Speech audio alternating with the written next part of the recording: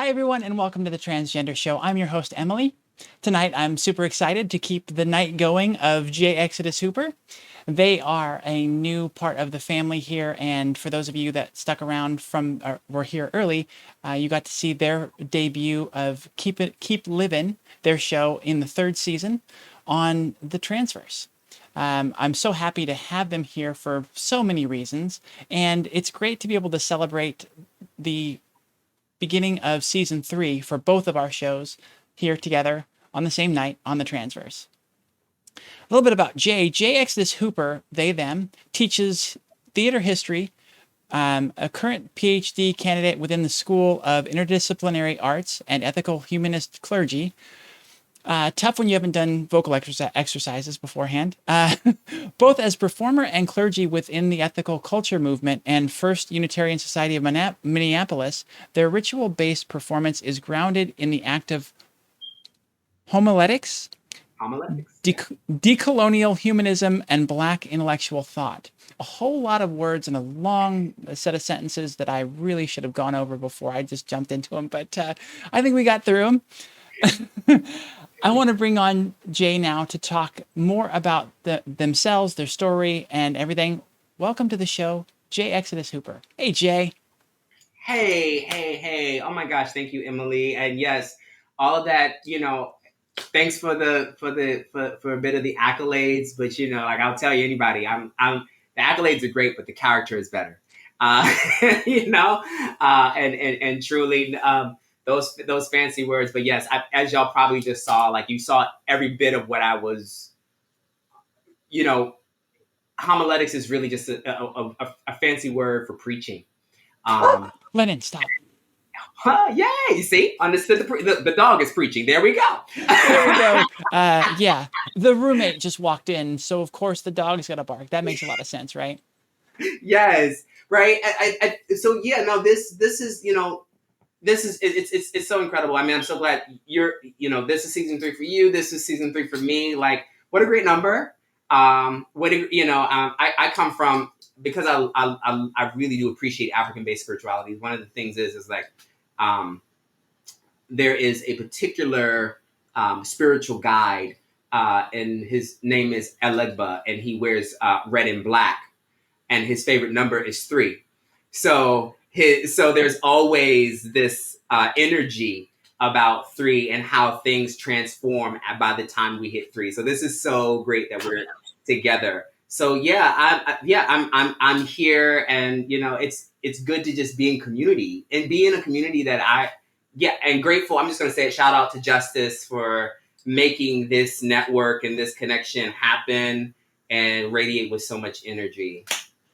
Yeah, Justice has been a great recent addition to the Transverse family, and as soon as she came in, she's just like, we have to get Jay on, and I'm like, okay. And then we had a meeting, and it was just that the energy that you bring, it was wonderful, and the energy and the love, the just pure sense of emotional love and just deep spiritual connection that you bring, it just comes through right away, and it's like, yes, this is something we absolutely need here. I think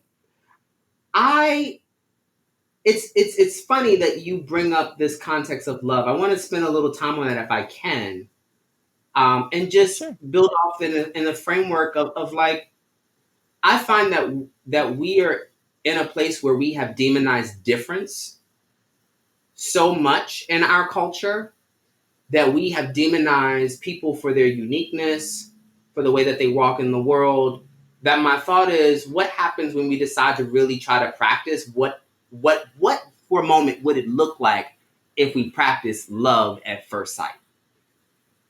And that takes not just love, but it takes faith to really do that. Because you don't know me and I don't know you.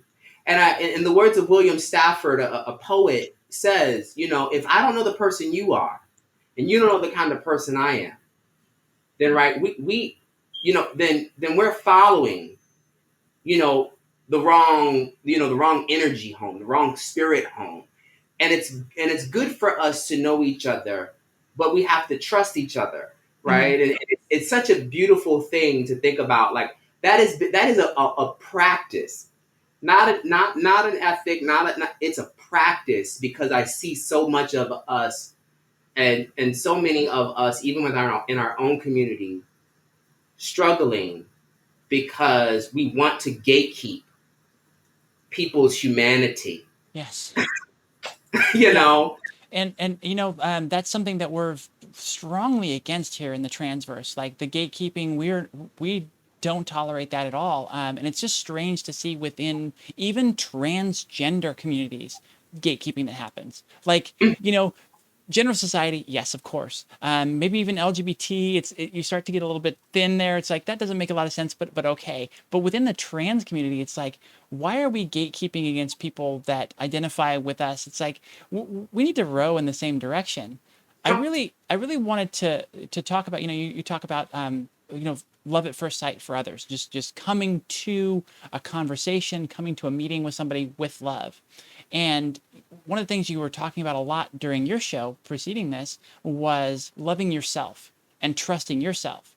And I think that's the key part to be able to then bring that to someone else. I think it's really difficult in this time for people to trust and love themselves yeah, because of those things you were talking about our society's tendency and just kind of its natural inclination to gatekeep and to separate and to say you're not enough of this, and therefore you're not enough. that And part. and so when you feel that about yourself, then you can't bring that love to somebody else because you're like you're judging yourself, and then that reflects on others. It's, Beautiful. it's and that you're hitting the nail on the head. I love this analogy of rowing together, because it is so important that we get, you know, one of the things that rests with me. I always say, like, you got to figure out who are your trench workers, people who are in the trenches with you, right? Who are in the trenches with you, because everybody, baby, got to struggle. That right? There is no one exempt in this world from struggle, and you will be surprised. You will be surprised at who you may align with when you realize that your struggle is the same. It's a real thing, and that's when we do talk about this love at first sight. The first thing that I think is very important with the energy that I bring. Um, One could say that it is performative. One could argue and say, well, it's just because we have a show. The I'll be honest. I come understanding that I am, and I have to be a force to be reckoned with. And with that, I don't mean a force in a way in which I'm going to create a power struggle or a power dynamic. I understand my position to be one who can elicit, who can pull out the best in the other. And I understand that you can do the same with me, but I've got to first be courageous Hmm. in my personhood, because if I'm shut down, if I'm talking to you, Emily, like I got a screen door, and I'm like, who is it? And I gotta look through the screen door. Honey, that's not gonna work. That ain't the kind of relationship you need to be having. We got enough screen doors, and we got enough bolts and vaults and everything else. We don't need none of that these days. We gotta do a little bit better with our transparency. And I know it's really difficult for us as a gender diversity community to really, diverse community, to sit with that, because when we show ourselves to be vulnerable, people like to take it as our weakness. But it is our greatest strength sometimes to show up courageously, because we owe it to ourselves, and we don't know who also is in the trench with us, that actually would be willing to align, Hmm. as not only just an ally but as a sibling. I tell people, I'm like, I don't necessarily go looking for allies or accomplices. I like culprits. I like people that want to get in trouble with me. Well, and that's something I just recently learned of the importance of, and it's really difficult coming from a place of such strong privilege to be able to see through that to what other people go through. And I'm not much of an activist because I guess I'm too self-aware of how hollow it is to like go and participate in a march sometimes when there's no follow-up. I don't know what to do. I don't know what the action is to take. And I love, this education that I've gotten recently of like, we need accomplices. We need people that are going to get their hands dirty and get in trouble with us. Still Mhm. trying to figure out how to do that, but I love at least learning that and figuring out, okay, this is a step that I need to take. Look, this network is trouble, honey. All day, every day. Trouble. Y'all can mark my words. This is a trouble making network. But in the look, in the words of Elijah Cummings, it's good trouble. It's good trouble. And we gotta see it as such. We don't have to be on the front lines with some of our activists. This actually could be a network that helps our dear siblings get restored, be informed, come to a truth or a moment in which they need to actually, breathe in their own existence. That right there, that is activism. That is the accomplice. That is the culprit. That is saying, look, come over here because this is, for those who understand the kind of Black Atlantic slave trade. There was a thing called a hush harbor where the slaves would go and hide, basically hide. The enslaved would hide and find safety in a hush harbor. This is a digital hush harbor, Mm. and here we are able to find safety in the midst of being and feeling opposition. Yeah. I'm not going to say that we are all oppressed, because I know that we all have various dynamics in how we are able to survive and move in the world. But we do go through opposition and we do go through struggle. And as a result, we've got to figure out where we are so that we can mobilize change. That's what this work does. In the words of Dr. Cornel West, I am who I am because somebody loved me. Somebody loved you, Emily. That's why you are and able to also immediately walk in the spaces that you're walking in and do what you're doing now to help other people realize they are who they are because you love them, Yeah. right? Yeah. That's one of the best descriptors of like the existence of this show specifically. This was the first thing that I started, and this network and the entire community is, trying to fix, to help that girl that didn't know, but didn't think that there was love out there. And when I found the love, I realized, okay, it's there, and I need to make sure we show other people that it's there, because, going back to that, coming to the world with that love and sharing it with other people, coming to conversations with people from a place of love, and it's hard to, when you're damaged, talk about a more damaged group of people. Oh my God, what the trans community goes through to get to where we are. And so, you know, yeah, Yeah, that's what I love about being able to do this, is like we can help people feel love and feel like, they can break through that and they're not damaged. They're wonderful, and go out and spread that. So, and you're going to be at the front of that line, just look, leading the charge, baby. look. I hear the preacher in you. I I think love you it. bring it out in me.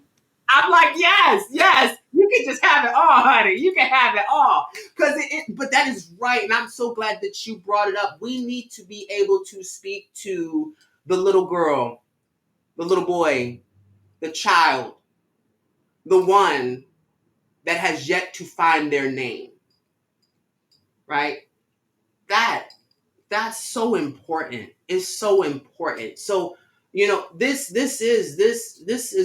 this is a labor of love. I mean, and that's what I hope Keep Living brings, right? This the it, I hope that the energy musters and balances out the labor, the pain, some of the heartache, with so much weight of love and trust and community and realizing that I am because we are, Hmm. right? Like that is essential, that we realize that we in our community, we got to hold each other. We got to hold each other daily, daily, daily. I'm glad that you felt, hey, let me hold you, Jay. I'm glad that you're here, baby love. I want you in this space because I want to hold you. Like, if we can figure out spaces to radically do that, all of the moments where we did not receive hospitality, all of the moments where we were disassociated, where we were disidentified, where we didn't have places that were hush harbors that did not allow for us to show up fully, it can happen right here. Right? So I appreciate you for even ushering that, cultivating that. Now we gotta, I mean, I looked at that list. I was like, oh, let me find out. I mean, we in slots. You better curate, honey. You better curate, Emily. Come on today. I'm here for the curation, baby. Well, and it was wonderful. We had that first meeting, and I just saw, I mean, so much potential. Like I said, energy, love, this is a wonderful message, but a completely new perspective. Just say what you will about why it happened that way. We've got a very narrow um, band of experience that's represented here on the channel so far.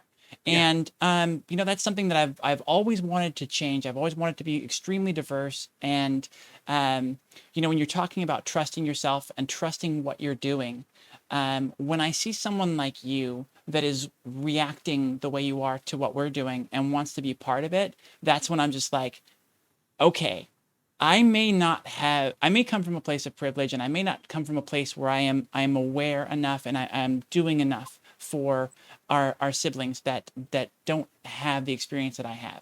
But with your willingness to come in and join and bring your people to us, the freedom folks, and to expand and all of that, it really shows me that I really should have that trust in myself and what we're doing, because we're doing something right if we're bringing Oh, we are. wonderful people in like that.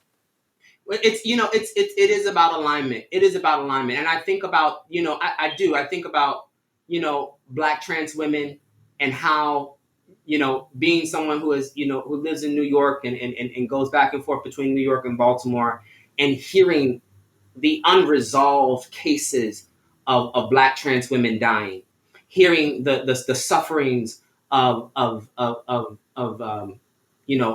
trans, Latinx dying. Like it breaks my heart, because those stories also don't always hit the headlines. Those stories don't get into those spaces. And I love, I love the work that we're doing here. And yes, we might be, where what we see now as probably a predominantly, trans white community is one thing. Um, you know, and it's good to see that. However, what I'm seeing is this is an opportunity for us to see human flourishing within a wildest possibility, that we become our ancestors' wildest dreams, as I often say. Hmm. We become our ancestors' wildest dreams. We become our transcestors' wildest dreams. Those in the 60s, and the 70s, the 50s, the 20s. Come on, because it was all happening every time. And that was happening, right? And unfortunately, because of systemics and structural disadvantages and equality, like all of that was challenging those areas. When we think about who could be in the space with each other, here, we are dismantling that. Here, we decide to get rid of the disenfranchised, and we actually decide to incorporate together, get in trouble together, and be like, no, no, no, I got, she got my back, I got their back. Which one you want? Because we both got back, and I'm Hmm. about to drop it like it's hot, because it's on, right? And then people are like, oh, I didn't know. Yeah, it's like that in Yeah. here, Yeah, right? you Because can't attack my sibling. We're all here for it. right, we are. And that to me, I find to be important, because I know after being in spaces of house ball community and in the ballroom community, how I have seen Black trans women understand the work of the ballroom community as an act of resistance. That is why I can say that the Transverse show and the network is about, right, resistance. There is always going to be a social political resistance, and that is what my community of trans people have been, right. They had to not. They weren't just performing, right. They were trying to, in many ways, communicate ways of survival, ways to actually live fully in their humanity. That's why it was important to have categories. We had categories because could you be a business executive? What does it look like to be a business executive, right? And you would walk, and you walk because if you could do it here on the stage, when the real world saw you and you could pass, you were able to thrive. And that was a moment to regain your humanity. This is what, Black and people of color, trans people of color have had to engage with. So the liveliness of just what we think is a performance is really the art of surviving in the midst of struggle. And so there's a posture that comes with, our trans siblings of color and how they live in the world. What does it mean to be mass and man and woman and have real hair and sling, right? How do we do it? Not as a way to say, look at me and glorify me, but help me see myself in the real world. And this is the moment where your show and this network is giving people the opportunity to see themselves in a world where they cannot see themselves. Yes. And, you just and that's why it's so important to hit to tick all those boxes of diversity and make sure that everybody's represented here, not just in guests on the show, but in creators and people involved and doing the stuff and and causing the trouble. Cause it. So yes, I'm here for the cause it. So I mean, all of that to say, where's my screen? Oh wait, oh there it is. Okay, I had them out of order. All of that to say, it's so wonderful to have you here and to welcome you to the Transverse tonight. I'm so glad that we could celebrate the start of season 3 and have you here. No, thank you so much. I really appreciate it. I'm so, I look forward to being in a service of compassion. I look forward to, and I'm gonna just tell y'all, if y'all need to, I'm just, Emily, you can tell people where to direct, but if they need an extra reach out of love, I will be glad to reach out because you got it right here. I'm gonna love you in this process called life. Because honey, life does not have to be a bitch. It can be fabulous, okay? Mm-hmm. And she can work her wonderful tail off. And that's what we're gonna do in this place. Let's do it. I'm ready. I got my sleeves rolled up and everything. Look at it. Look at how those are. Yeah. All right. Well, let's get into the main segment of this show. Mm-hmm. I like to start off, and I don't know that I always ask this question right, so I'm gonna phrase it this way: Are you comfortable about talking Are you comfortable about talking about your identity itself? I know some people aren't. I like to talk about my identity because I find that it is I'm an artist. So I realize that I'm constantly in creation. And so I respect that about myself. And I have always respected that about myself. As a, growing up, I grew up Pentecostal. So if you wonder where all that energy comes from, it comes from a lot of that, embodied energy, and very embodied experience. Very well loved, always filled with possibility and curiosity, but I was always creative. So it was nothing strange for me to engage in, in things that were queer or different. Mm-hmm. Um, and I did not come into understanding fully all of myself, um, and I'm still in this process, but I will say, like, to identify as a as a non-binary person, I had to really sit with the fact that that I felt the divine feminine and I felt my mask energy, and I felt them both residing.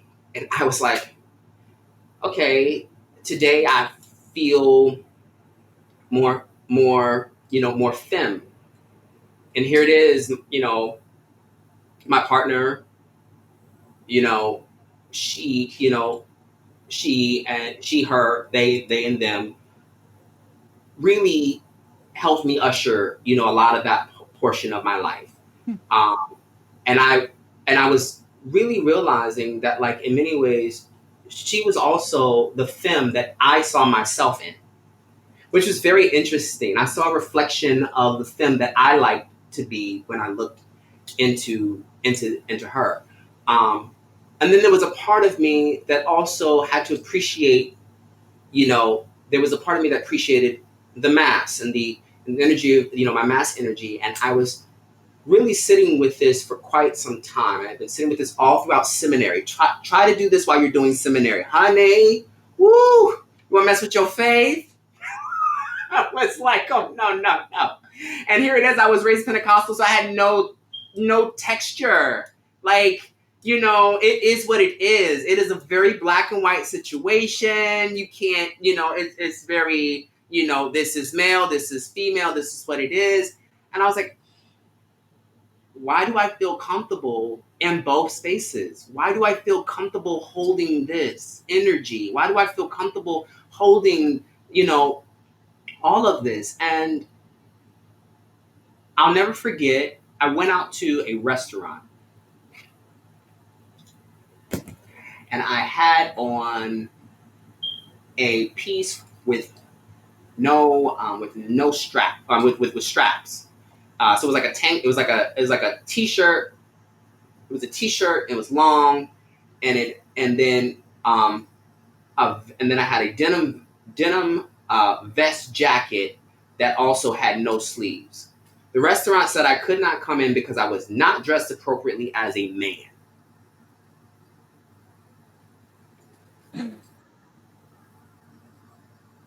I was so confused. And I was so like, and I was thinking to myself, like, what is going on? Hold on. I'm not dressed appropriate. Men are not supposed to wear tank tops. But I didn't have on a tank top. And then I was like, I don't have on. So then, shoe game, honey, I had on heels. So there was no way for them to be. I was like, what are you saying? I don't know what you're saying to me. I had a moment where I literally had blocked out the world and all of its structure. And I was like, wow, why am I feeling like this? Why does it feel like every bit of my personhood was being attacked? Every bit of my aspect of my humanity was being attacked. And I moved through the world in a very creative lens, dealing from the creative lens as a cosmos, constantly wanting to create new stories. I wasn't dealing from a space within my queerness and my creativity from a place of chaos.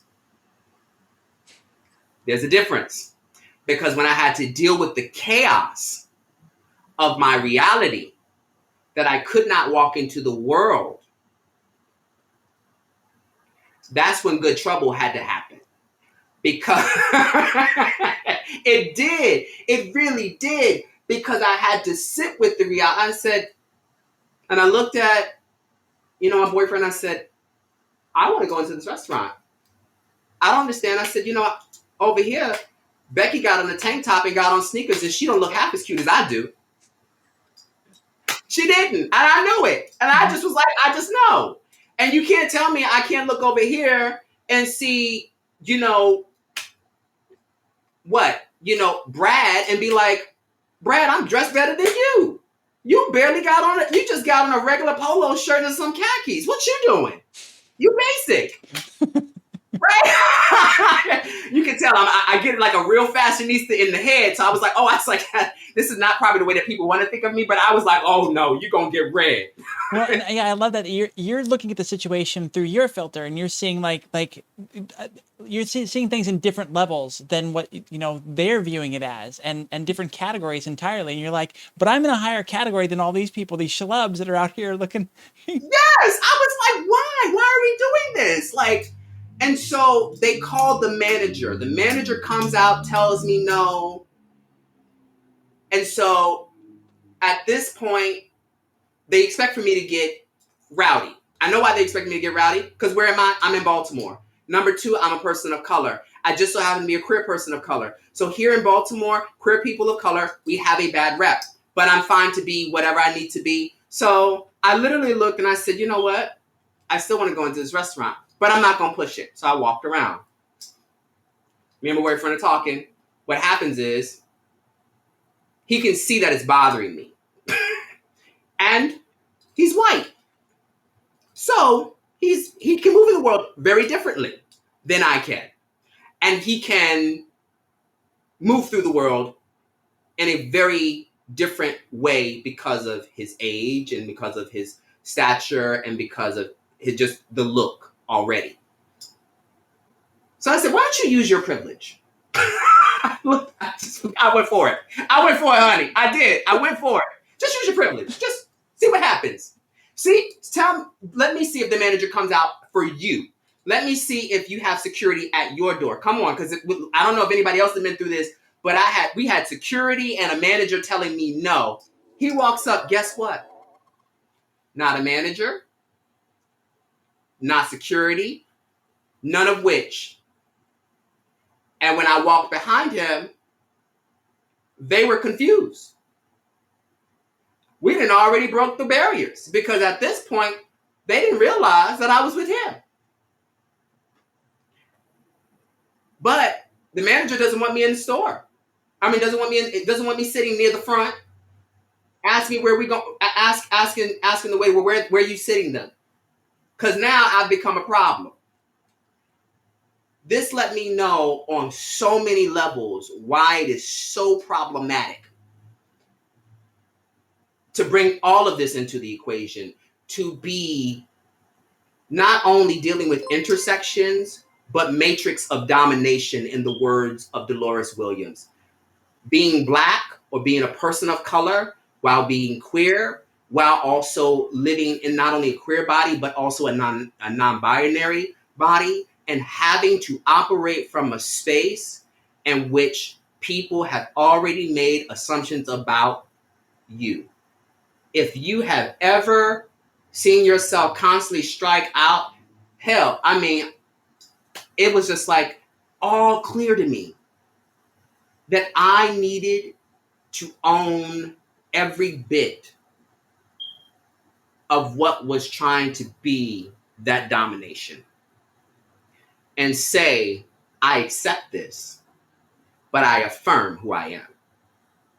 I will accept this, but I will always affirm who I am. And so that is where all of that self-love comes from, because I had dealt with the queer creative chaos in a way to say I'm going to transform it for my cosmos, because I needed a new story. And so my new story came out, as J Exodus, as as being, as moving further into understanding myself as a non-binary person, as understanding that I was also disrupting the status quo, that I'm polyamorous, that I'm a person who can move in the world. I own proudly my dialogue as someone who has been a survivor of HIV for 13 years. I'm like, no one can just hold those things without feeling some kind of shame based off of our society, based off of our circles, sometimes even within our own community,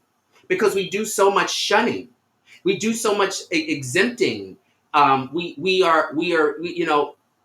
have so many barricades instead of having simply boundaries.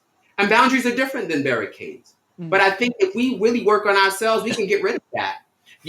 So that's how I've come to who you see today. You might see somebody tomorrow different, and that's okay. Uh, absolutely, yeah. but I love evolving. Mm, And that is the thing about our sexuality. That's the thing about our gender identities. They are ever evolving.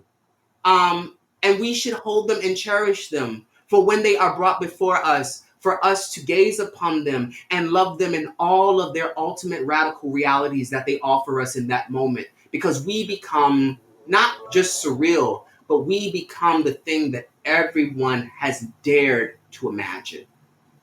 I dare us in our community to love ourselves that way. That is something that we should dare to love. mhm. Yeah, and going back to it, the gatekeeping that happens in the community sometimes, um, seeing seeing bisexuals derided by both sides, both the queer community and the straight community. Seeing non-binary folks looked down upon by transgender folks, binary transgender folks. Honey, woo. It blows my mind. It doesn't make any sense. Like it people tried to go with the black and white and say that there's an either or. Mhm. There's no reverence for the journey, and the exploration of your identity and the fluidity of it. It's got to Yeah, be, you have to have a destination, you have to work towards that. And if you take steps back, you're detransitioning. I just absolutely hate that term and that concept. Yeah, right. That's the face I make. Um, and it just negates the validity of an exploration. And yeah, it does. you're Ooh, sorry, I'm having them all. I'm thinking about that like, oh, honey. Oh, yeah, no. yeah. So I'm glad that we're here to break that up and show that everybody in the transgender under the transgender umbrella is welcome here, is Yeah, equal, and we can row in the same direction. We can get this moving and do good things. honey, So we gonna strengthen my arm muscles. I can see this gonna be a workout on this network. We about to do some. Whew, I look. I got little arms too, so this jacket might not fit after I'm done. we'll do the heavy lifting. We'll get some heavy lifting done. So you sort of alluded to it, and I wanted to ask my favorite question to ask trans folks is, how did you choose your name? Is J Exodus a chosen name, something you cultivated, or was that given to you? Oh my gosh! Yay! Somebody actually asked the question that matters. So that is my chosen name. J is my chosen name with the accent E. Now, if you did hear anyone, and so if you wouldn't know the difference a lot of times if you were just around like my folk at from my community, from like home who knew me, they still say J because that would be Jay. But there is a Jay, and then there is J, which has this little soft and this kind of flair. Uh, and that believe it or not, was developed out of seminary. Very uniquely, I was sitting in seminary. Mind you, I was already kind of annoyed every time because people would introduce themselves like, "Oh, my name Jay," and I was like, "Okay." I knew that their nickname was Jay, but it was like standing for Jason or Jonathan, and so like you always had that. Like I am literally just Jay. My father's middle name is Jay. I am just Jay. So when people would ask me, well, what is your name? I'd say Jay. They said, does that stand for anything? I want your government. I was like, I'm giving you my government. You don't even believe that it's my government. So then that even made it even more problem. I was like, gosh. So here it is. I was sitting in seminary and we were learning in about, I was doing my Hebrew Bible class. So pardon me for anyone who has any type of religious trauma. I do not mean this in any harm or anything, but in seminary we do have to take our Bible courses, and one particular parts of our courses that we do have to study the Hebrew Bible. I want to be very specific in saying that instead of saying Old Testament, uh, and respectfully so for cultural reference. And the the Hebrew Bible was split up into various what they call documents, and and two of the documents really set out for me, which was called the Uwittic document, which deals with um, the the if you will the direct relationship of like the personal relationship with Yahweh, this Yahweh framework, a direct relationship. So if you have a background in understanding, like if you say the name Yahweh, you are actually saying, quote, God's name. Mm-hmm. Now, if anybody grew up in particular homes, you never called your mother or your father by their first name. That was too personal. Mm-hmm. So so we can imagine a Uwittic document deals with everything that is directly personal to what we understand as personal God. So I was like, this other document was an E document. The E document is the Eloise document. Y'all really bringing out my theology. I haven't used this in years. Right? Oh, come on. Y'all already about to get seminary degrees. Y'all about like, oh, see, I follow this one. So the Eloise document is the document where we understand the concept of God as doing something. God, God the Almighty, right? God the, and so it's a distancing, but it's built off of, quote, God's characteristics, not necessarily a doing, but a characteristic. So here you got the personal name and you got the characteristics. And I was like, I really like this because I thought about myself. Now, I'm a humanist, to be honest with you. All that training, and here I am, a humanist, right? Someone who works in the non-theistic context. But I really, really like this idea of people being able to enter a space with me that was personal, that was deeply personal, where they could see themselves as a reflection of me. And if they were scared of the reflection that they saw, it was also because they saw the fears that I had also dealt with. They saw all of those things. And so I was like, you know what? I'm going to use the Uwittic and I'm going to use the Eloise. I wanted people to see my character.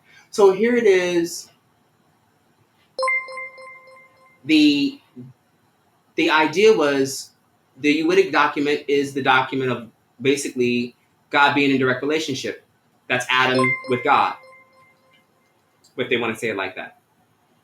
And here it is. I was like, I want this down to earth experience. And that's how I turned these documents into an actual name, where J-E.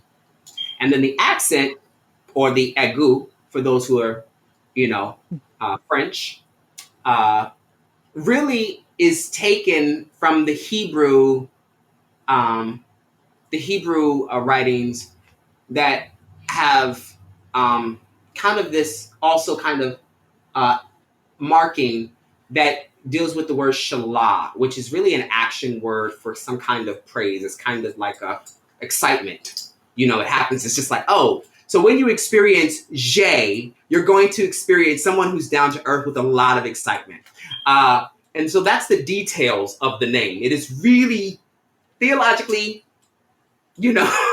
theorized, but it is packaged in these very kind of essential ways because I had to understand myself, never wanting to lose myself. I never wanted to lose myself. I didn't want anybody else to own my narrative. Mm-hmm. And that's what those documents showed me, that there were too many people owning those narratives. And I was giving people the ability to own narratives that actually I needed to be in control of, that spoke to my aliveness, which is the accent. Mm-hmm. So there you are. Well, and I love that you're still able to honor the name that your parents gave you and your father's name, but make it your own, make it represent you And I think that's beautiful. My And dad, really, I will say this. I lost my father last not this past December, but the following December.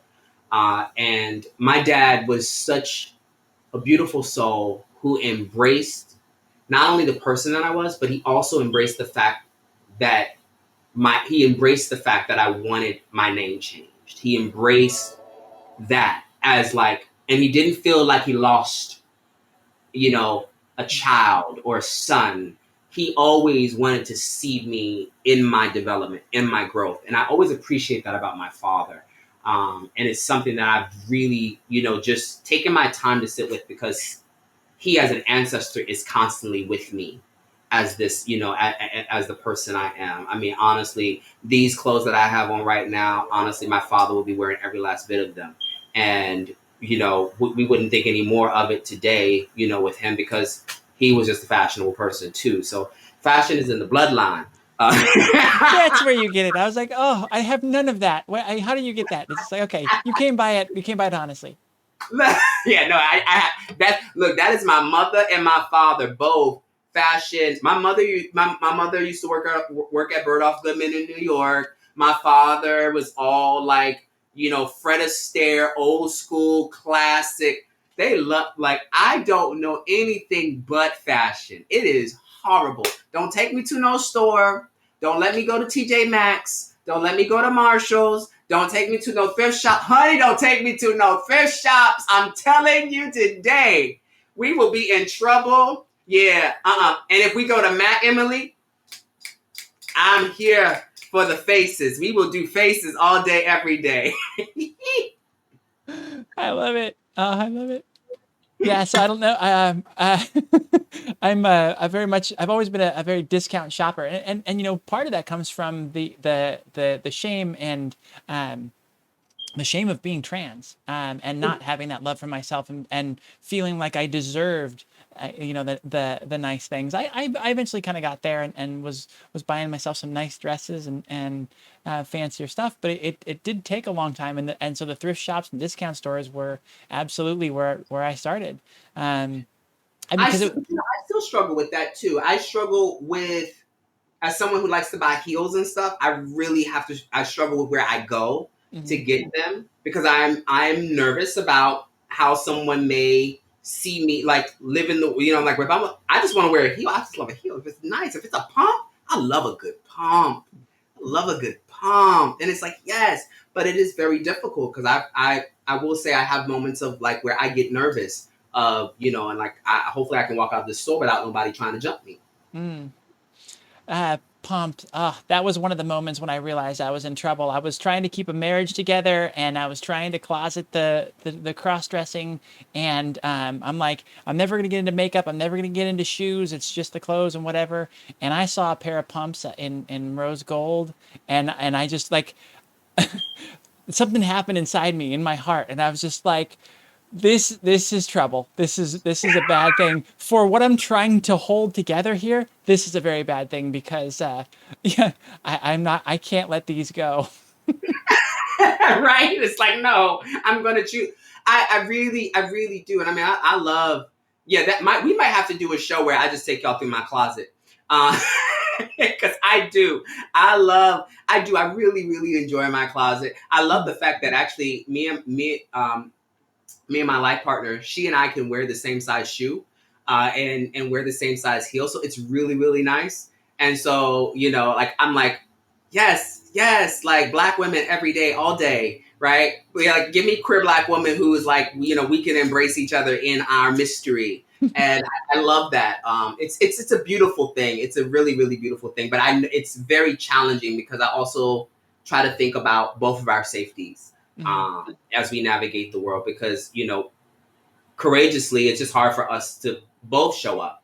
So I hope that, that we can, at some point, ain't nobody really worried, or thinking about it, but, we just, at where we are today, it is something, because it's not only about expression. Somebody was like, well, you don't have, it's an embodiment.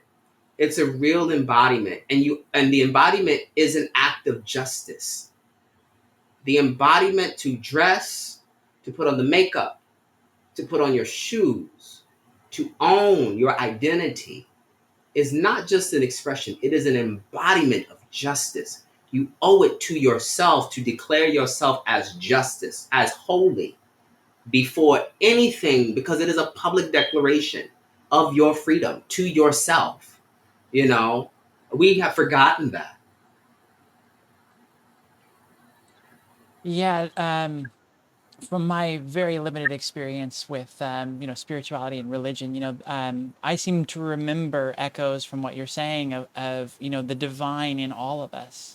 Hmm. And I feel like that's very much lost in society these days, where the divine is the divine, and we're under that, and need to follow these rules to be able to reach divinity at some point. And I think that it's important to remember the divinity in ourselves and how and embody that. Yes, yes, yes. Realize, y'all make note of that. Put that in your, write that on a piece of paper. Put that in your purse. Put that in your wallet. Open it up like it's a fortune cookie later and read it. Know that for yourself, honey. The divine is in yourself.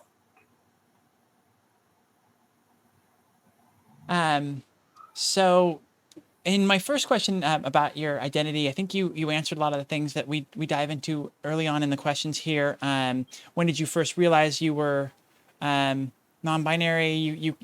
You sort of covered that. Maybe you got a little bit more specifics to that of when you realized that was the term for you, that was the identity that you embodied. I mean, I think I can also just say too, you know, there wasn't,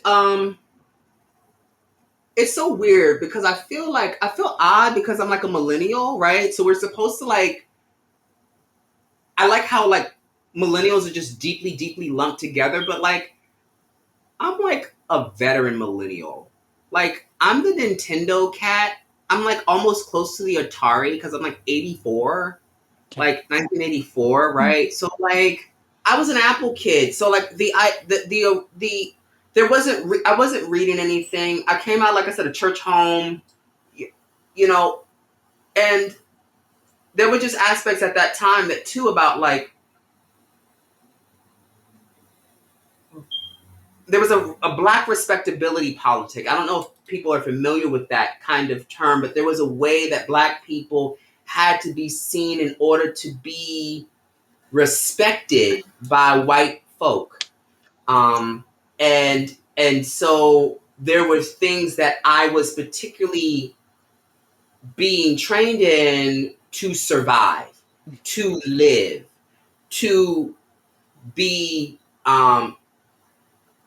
very well versed. I mean, I knew classical music. It wasn't like I listened to it, but I knew it. Mm-hmm.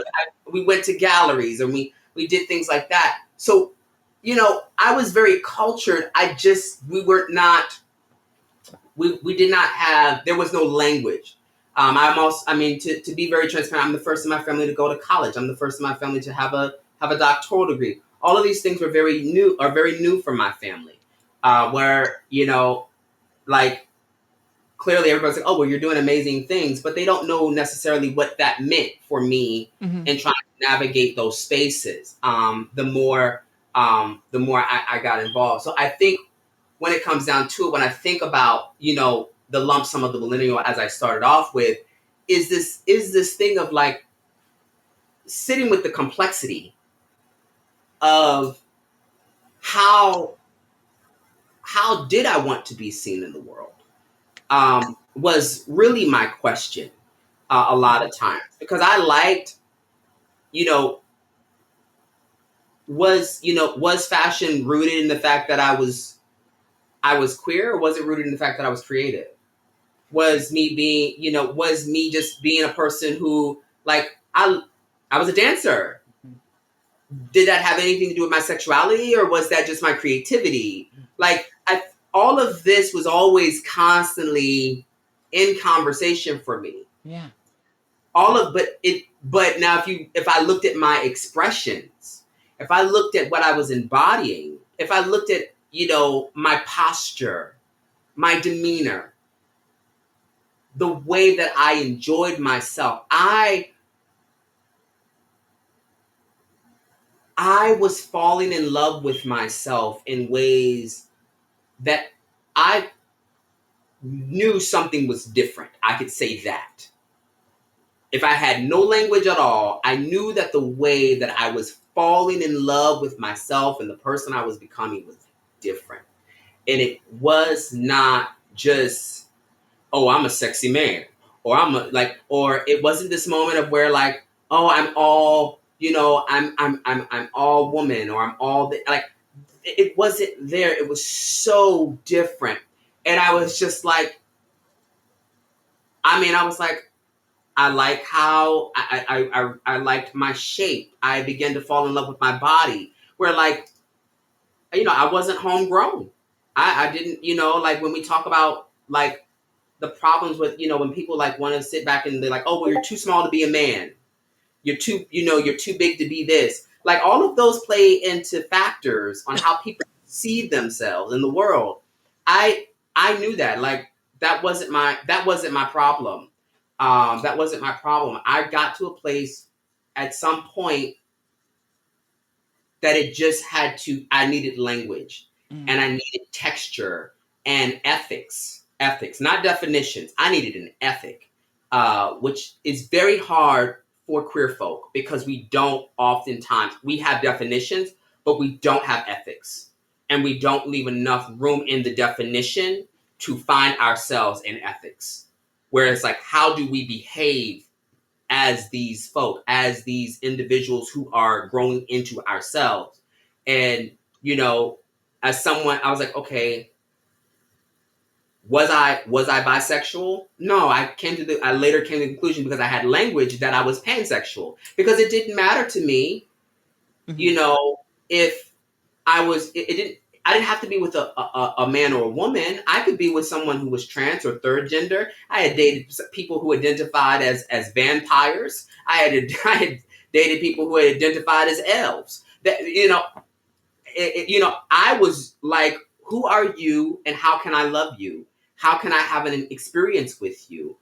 All of that really took a huge turn in my life out of sitting in all of that curiosity, all of that mystery. All of that started to align by 2012. That is not too long ago, honey. But I've always been this individual. All I have now is language that allows for me to solidify it. And I've sat with having a posture and an ethic that allows for me to hold a space that others can also maybe hopefully be like, oh, you okay, like that's why I can be in the same, like I'm like, yes, like we connect, you're okay, you're not strange, you're not different, you're not weird, you're not, like later for the gatekeeping, later for like demonizing all this other stuff, like honey, like if you like them, you like them, if you like them, I love them, let's go, like that's how we roll. I think that's very, very tough, but that's how, I when it comes down to pronouns, I know that, I like to be very, very, I like to be clear, but because I come from a pastoral ethic, I know people have a hard time, and I have a different kind of patience than some who probably need that. But am I going to advocate for us to get it together? I'm definitely going to advocate for it, but I'm not gonna, I'm definitely not going to take your head off because it's not happening right away. And I think those are tough moments for where I sit as a non-binary person, and holding that tension. But I think that's also the beauty of being non-binary. There's such a tension that is held, and I don't think a lot of non-conforming folk and non-binary folk talk about that tension, but it allows for us to be intersectional and try to meet the needs of of others' humanities with various needs of compassion by being open to our own possibilities when we meet others in love. And while also other people might not understand how to love us, or how we might name our genitalia, or how we experience our own body, and like the politics of our bodies when we are trying to move in the world, like I dealt with at the restaurant. Mhm. All of that is a tension that I have to say has I have undergirded with my lens. Now, I can't say this for everybody, but I have undergirded with my lens through the lens of curiosity, through the lens of creativity. Mhm. Well, there's so much to cover in what you just said in that whole segment there. I think I'm going to start with the last comment first. In that, I think that's why we struggle so much in the cis community. Why there's so much vitriol against us. They don't understand the ability to explore and find yourself and find who you want to be, because they're told who to be and they think that's what it is and that's what they have to stay in. And so they don't even understand. Whereas we grew up in that, but we're forced to address it and to deal with it and to re-identify ourselves. And Mm-hmm. I think that's just a concept that cis people struggle with, and thus there's a lot of jealousy and a lot of lack of understanding, because it's just sort of outside of something they can fathom, and they're just like, but there's the box, and you're not fitting in the box, so clearly Yes, you're wrong. Hmm. all of that, the box, that I can't do. I'm just like, I don't want to be in a box. I just never has worked. It never has worked. Yeah. And I'm tired of, a box. It is what it is. It is square. Honey, I am beyond squares. I am beyond circles. I am beyond triangles. Give me every bit of something that is organic that you cannot even begin to like. Yeah, Hmm. that right there. That just spoke to me for a moment. I'm sorry, I didn't mean to riff off of it, but that was good. No, that's great, and I love that too. Like you are triangle, you are circle, you are square. We're all of these at the same time, and the truth is that all of us are inside the trans community, outside. Everybody is more than the box, more than the one definition, and that's one of the really beautiful things about being trans, is that we are forced to address that and to learn that and to push through that, and that just opens up so much to us. And I'm hoping that through things like this, through the network here, we can reach people and show them that, like, no, we're just exploring more. You can do the same in yours. And hopefully we can kind of spread this out further than just the typical what you would define as the trans community. I think Yes. the other thing that you said that was really interesting to me is another thing that I hadn't kind of realized, um, the need for you to act in your life, to be safe. You needed to put on a persona and to learn things to be safe as a person of color in this Yes. country. And I just love that sort of the intersectionality between that and being trans, and hopefully I hopefully, like, exploring that and kind of coming out of that has helped you in your journey to find yourself in your new identity. Mm-hmm. Mm-hmm. Definitely. And that's why I really appreciated, um, you know, my ancestors of color, right? My ancestors of color, uh, you know, in the ballroom community, even and even just the way that even womenists, black women who really, ushered in a way. I think it is, when we talk about, our ancestors of color and our trans siblings of color who, who are experiencing and growing up in house community. One of the things that I want to point out is that there is such a direct relationship between it as also a very spiritual and religious experience, as even though it is very secular, right? What we think is secular, it is something very revival. It's very fulfilling. And I always think about, like, when I see it, if I thought about, like, growing up, like, it was nothing to see. It's nothing unique than to see, like, an old church mother with a big old hat, and a matching outfit and stockings and everything. And she would be so loving. and very very ostentatious and just a lot of energy. When I think about the house, the house community, how things have been, you see the big hats, you see you see the outfits that are over the top. It's very church mother. It's old school, and when we see each other from this place where it's it's a moment where they're like, baby, darling, come, right? Come hither, like it's all of that. It is, and there's a posture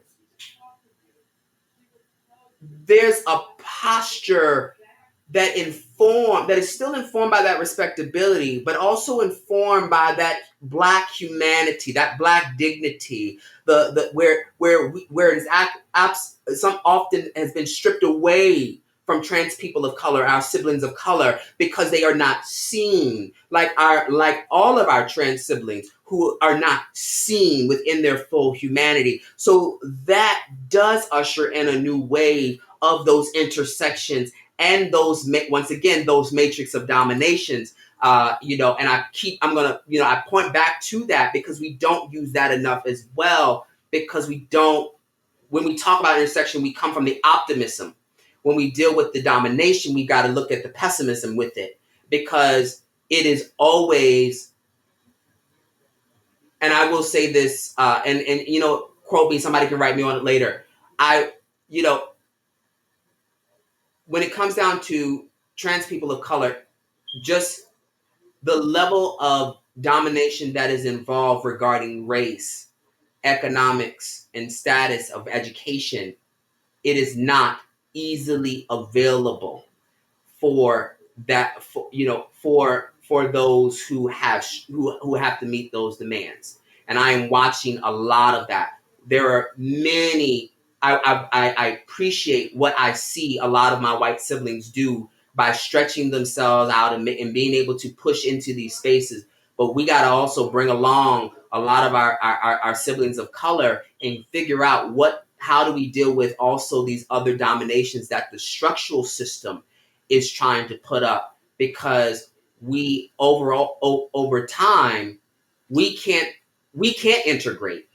We all, and if we can't integrate and others can, we end up going through spaces of erasure, and it's tough, and it's a real tough call. I'm glad that we're actually having this conversation, because this is how we do this work, because it is moments where it's like yes, it's a great deal to be on this network with you, but it's also a great thing to see that you're saying, I want to align my values with you, right? And I want to align my values with you so I can see you and walk alongside you.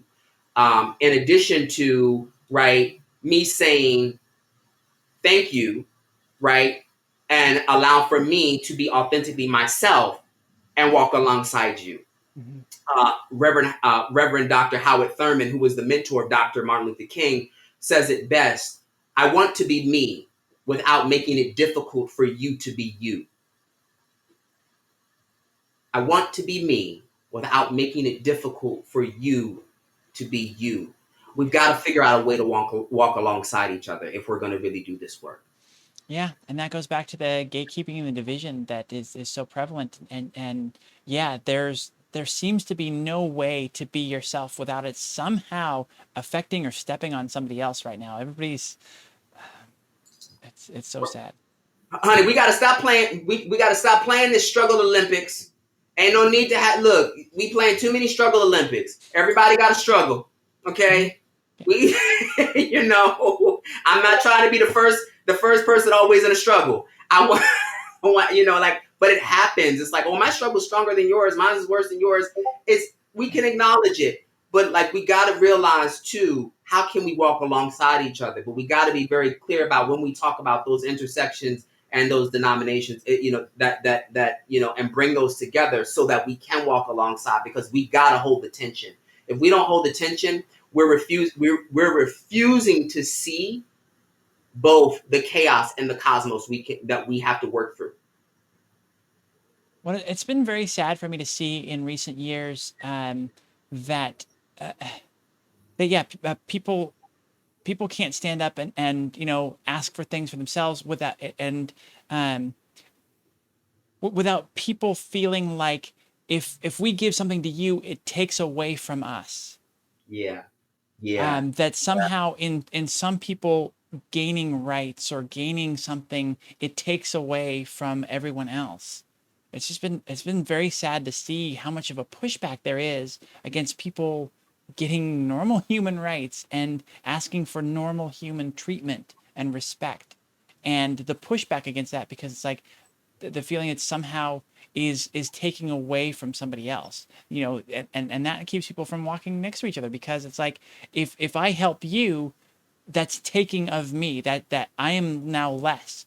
And people Yep. don't see that, like, if I give to you, that gives me more. Yeah. Yeah. One of the things that I think, as you're pointing that out, it's one of the things that I sit with philosophically, just philosophically. I keep saying, you know, two things I try to avoid engaging. I don't like to engage. I try to avoid engaging power, and I try to avoid engaging privilege. Like most people really like, especially as a person, who moves around. I'm like, well, what if I'm going to trade these things? If I was going to really trade these things, I've decided to actually trade power for understanding my position. I'd rather understand my position and what I can do in my position. Engaging power creates this tension where it is a very give and take. That's why we are living in a very polarized situation, I really deeply believe. When we start engaging privilege, it is because we feel like we have earned or we have inherited an ability to not look back. And so my question is if I'm not going to engage power and privilege, and I decide to just understand my position and what I can offer within my position, and if I decide to trade privilege for actually possibility and always leave space for possibility, then I feel like what that will get us to is holding space for when people have very unique needs that specify their humanity in the world. Our humanity is so linked to each other. We will fail to actually help everyone achieve justice or freedom if we engage power. We will honestly dismantle another because we prefer to find a justice that is situated in power versus situating a position of justice that speaks to how everyone else can shift into position of justice, right? If we decide to shift into possibility, we are able to create more laws and more spaces for things to be created and not look at, oh, well, this is just my right. And it's been gatekept because of the simple fact of there's no possibility beyond what we've created here, Mm-hmm. right? We've got to work on our spirit of position and possibility if we're going to engage in justice and freedom. Yeah, such a beautiful sentiment again. Changing the focus from what you have to what you are and what you have to offer. I love that. Yeah. Mm. It's funny, we dive into these and we get in, we get deep and philosophical, and we hit these wonderful points, and then I had this set of questions about your story as someone who is transitioning, and it's hard for them not to feel kind of hollow in comparison to what we're getting into. But it seems like every time I ask a question, we sort of get there anyways, because that's what you Yeah, bring. So I think it's okay. no, you're fine. You're totally fine. That's what this work is about. It's and I like I tell people, and the way that I've been able to do even my scholarship, I've done a lot of me search Hmm. while doing my research to bring us along to do a we search, right? This is how this works. We can't continue as individuals in the world to constantly think that it's only research, it's only things that we read, it's only these scholars, it's only no, we got to do some me search, and we do this research so that we can get to a we search. Because if I'm not, there's no point in doing this work. If I'm the only one free, it's no point in me doing this work. If my research is not reflective, and it doesn't revive, and it does not revise my experience, and it doesn't refine my experience so that I can help others, I'm not doing the work, because we have to come along. We've got to come together, right? And I am not in this world by myself. I am not in this community by myself. And for me to think that way is selfish, and it negates everyone else's story and narrative that is so essential to who I am and how I can be in alignment with my dear siblings. So So yeah. the next section we have here is coming out, and I guess I'm going to kind of boil it down to when you figured out and started to come into your true identity. How were you received? What came of that? Was there backlash? Where were your struggles in that? Again, struggle. Going back to struggle, but where was the pushback for you? What were the biggest challenges in coming out and being seen and accepted? You know, because I was so late, I would say in my like arrival, I think that one of the things about it was, I would say it was a lot easier coming out, or better yet, coming in as you know, as pansexual. As it was very easy to come in as queer, and it was very easy. When I say easy, I mean I'm really not trying to like smooth this over like water.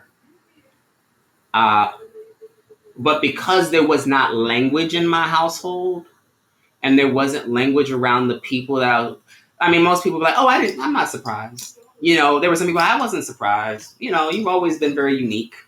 You know, you've always been very this way. So it was like, you know, I didn't have that. I don't, it didn't dawn on anyone until I stated that I was polyamorous. And then it became a different discussion. And then it became a different, you know, it became a different position of like who I was in the household, who I was in the family, what was my role. My mother's sitting here. She's really excited. She's like, but really just like who was I in my family structure is what mattered. And then I was like, oh, now the iceberg is tipping, because that wasn't clear. Um, all the other constructions on my sexuality or my gender identity didn't dawn because there wasn't language. But when we talked about family structure and relationship, it was very clear. So my polyamory is what actually brought people into the deeper space of really being like, hold on, so what do you mean you don't want to identify as, quote, a husband? What do you mean you don't want to identify as, as a son? Or like all of these things became roadblocks for family structure, because once again, Black social respectability politics, if you're going to be seen as even a Black family, let's just be real, the percentages of single family homes, and particularly Black and Latinx communities, is very high compared to white America, right? And white family structures and cis family structures. So this, to begin to rearrange the family structure in a way that speaks to polyamory and then speaks to community and creating community together, and then changing social structures where supporting Black femmes, supporting Black queer femmes in my family structure, in my poly configuration is very essential. It's the number one thing in my household. If you can't honor Black women, we really gonna have a problem. Mm-hmm. Right? And it's because of that. It's really a cultivation thing. It's flipping everything on its head. And so I found that was where the coming out became very clear, but it wasn't clear until it actually disrupted what everyone had to understand as family structure. Mm-hmm. And I wonder how much that is challenging the hierarchy. In something like that, then there's not the clear hierarchy and who's the head of the household, Mm-hmm. yeah, I wonder. Oh, all of that played into it. All of that played into it a lot. The structures of like you know how who gives instruction. I mean, coming out of a religious home, the first thing that you understand is like the husband is the head. That was like, really. I don't know if I want all that going on.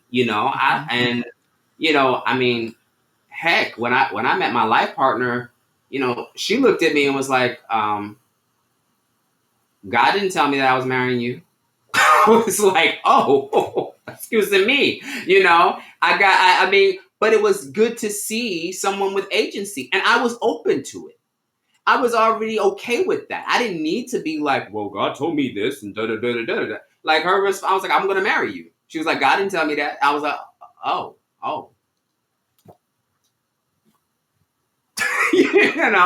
I think that those were very helpful things. And I think it's been important to, even see like moments where like even, my partner Brian, who, white, like the structure is different. Um, you know, um, Very much so trying to constantly work on understanding his position and how he is in the space, because he can move in the world differently as a white man, and particularly as a white gay man, right? That's a very different structure. And so being in a space with, two Black femmes, a, Black, non-binary person, here's a white cis gay man. It's a flip on complete structure, social structure. And what does it mean for that? What dialogues happen? What questions do arise? What possibilities? What what are things that also come from just social trauma, right? All of that is resting in the I'll say in the complex tension and beauty of my family. Mm-hmm. I have to hold all of that. I have to call out moments of like whiteness, and how like to be mindful of, how privilege shows up. I have to be very mindful of how I show up when I am even thinking, when I'm thinking, oh, I want this moment of, to be respected in this way, but also not quench, right, the spirit of Black queer femmes in my in our configuration. All of that is a dialogue, but I find that it has been so helpful because it is a loving conviction to constantly be that critical, not sensitive, critical. Because if I want to do the work that I'm doing, if I'm going to be even on this network and be with others, like I need to be mindful of how I see myself in positionality, how I see myself in possibility, and be mindful of how I hold power and how I engage with aspects of myself that maybe can pass as an act of privilege because of the person I might look like in the world. I need to be very considerate of that. That is challenging. That is a constant challenge of evolution that I am willing to face, though. And I find and I see all of my partners engaging with a lot of that questioning as well. What is power? What is privilege?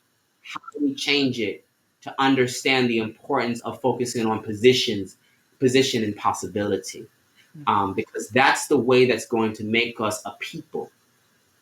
Those are my those are my technically my three P's when I talk about them. It is really getting us to a place of position and possibility, so we can be a people.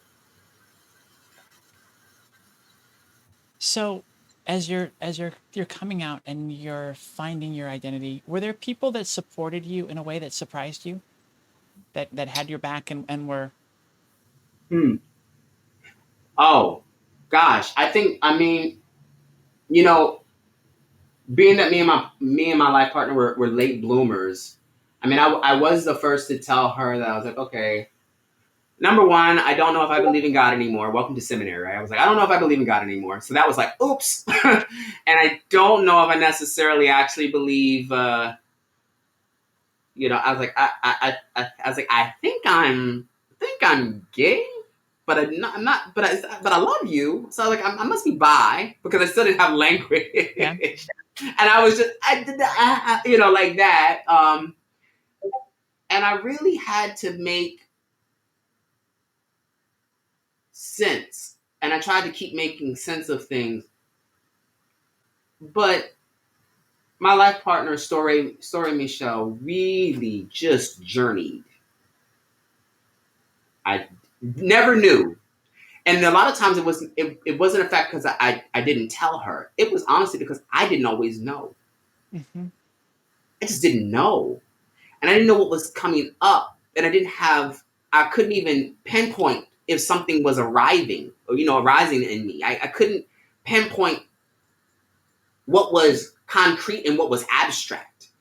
Um, you know, there were no indicators of anything. It wasn't like, where some people can say like, oh, well, like I felt more sexually aroused, with this person than I am with that. Wasn't happening. That wasn't happening at all. Thank goodness it wasn't happening. I just enjoy being a sexual being, if I may be honest. So like, it was like, embrace it, and like, can I embrace that part of myself? Can I just embrace the fact that I'm a sexual being? And even, I mean, if anybody else was, like, that was even taboo, right? To embrace the fact of being a sexual being who actually delights in being pleasured and likes to pleasure, right? That, I don't think we talk enough about that as queer folk. We are very sexualized by other people's narrative, but we are never looked at as individuals who actually deserve pleasure and understanding ourselves to be able to offer pleasure as well. And so that was something that was happening for me. And I actually, in some ways, I will say, I feel like as I began to evolve,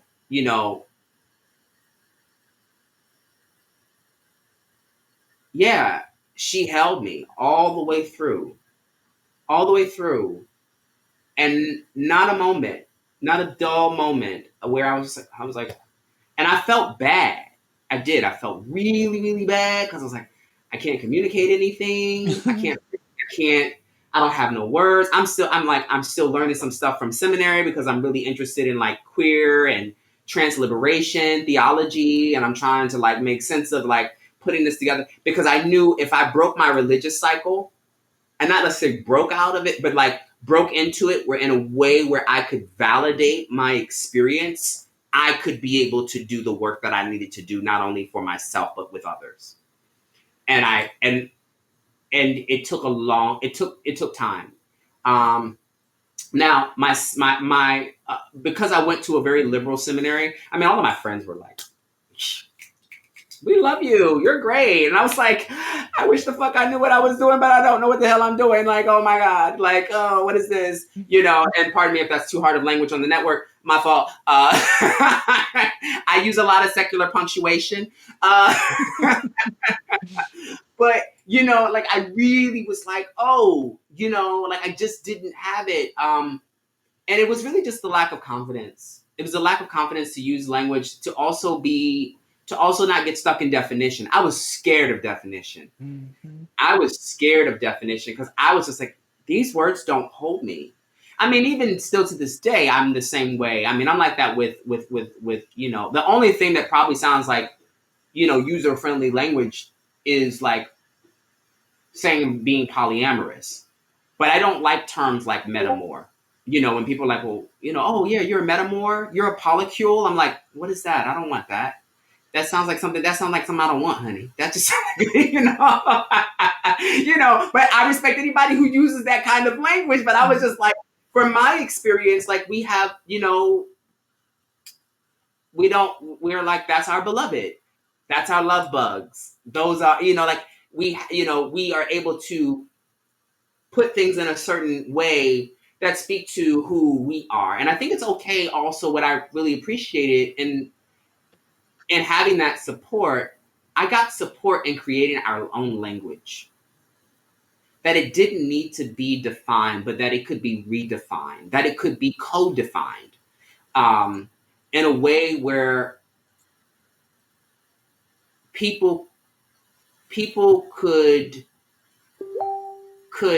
we're not telling my story, but actually taking the opportunity to share in my story and giving me the right to answer to the part of the story that actually held my truth if they had to use it. It was very important to use to do that. So I think that's kind of the journey. When I think about just one person. Unfortunately, I knew I couldn't go to church or anything like that. That's I was like, oh no, this is not gonna work, because I was like, I got too much. I was like, I'm about to figure everybody out with this information and how I read the text and how I was able to interpret it in very liberating ways. I didn't want to do all that. I wanted to just be authentic, and I didn't want to bring myself under any more scrutiny. So I didn't even bother to think about like if a church was going to reject me or not. That wasn't my question. My question was, who was I able to love, and who was able to share, and who was able to serve a table of love. Otherwise, I didn't want to waste my time.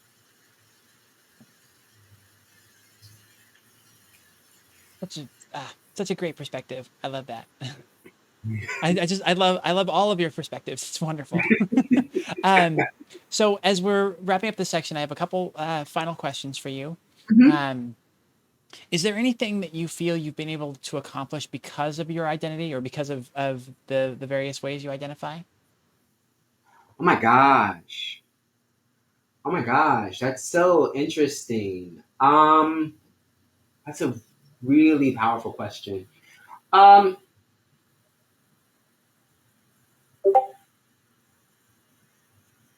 it's funny to be in the spaces that I'm in. I mean, right? Number one, I'm clergy, right?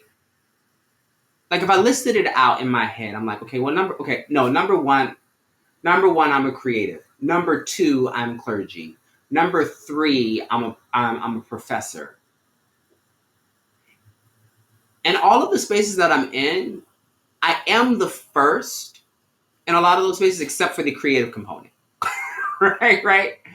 Um, and the congregations that I serve, you know, I'm the first Black humanist. Like, that's very different. But I'm also the first Black, queer, non-binary humanist. That's like, and so Funnel down, very specific. Yeah. like it does that, because I'm like, and so it's interesting because people will call me actually more for the racial component or the ethnic component versus my sexuality, or my gender identity. And I always, and the questions are asked to me like, what do I hold more? And I'm like, I go to bed with all of this. Like I wake up to all of this, yeah. And it's not easy to funnel down like that. Mm-hmm. When I'm, at Ohio in the theater department, like you would think that being in a creative space like that we would have that. Nope, I'm the Black, non-binary, queer person. And if you look me up and you look at my department, what you're first going to see is this. and you're going to be like, oh, it's, but it's a very open space that's trying to, enhance its ability to be welcome. And I'll be honest, like I said in my congregations, like I say in all of my spaces, look, thank you for allowing for me to be here and color white spaces. Right, that comes from out of and that's important. I think it's just important to list that. But I also like, as a, not only just being a person of color, I enjoy being a colorful person, right? And bringing all of that into this space and being like, this is what you get. And, like yeah, you're going to be able to point to me. But the other thing is like, if you see me, if you're watching me even now,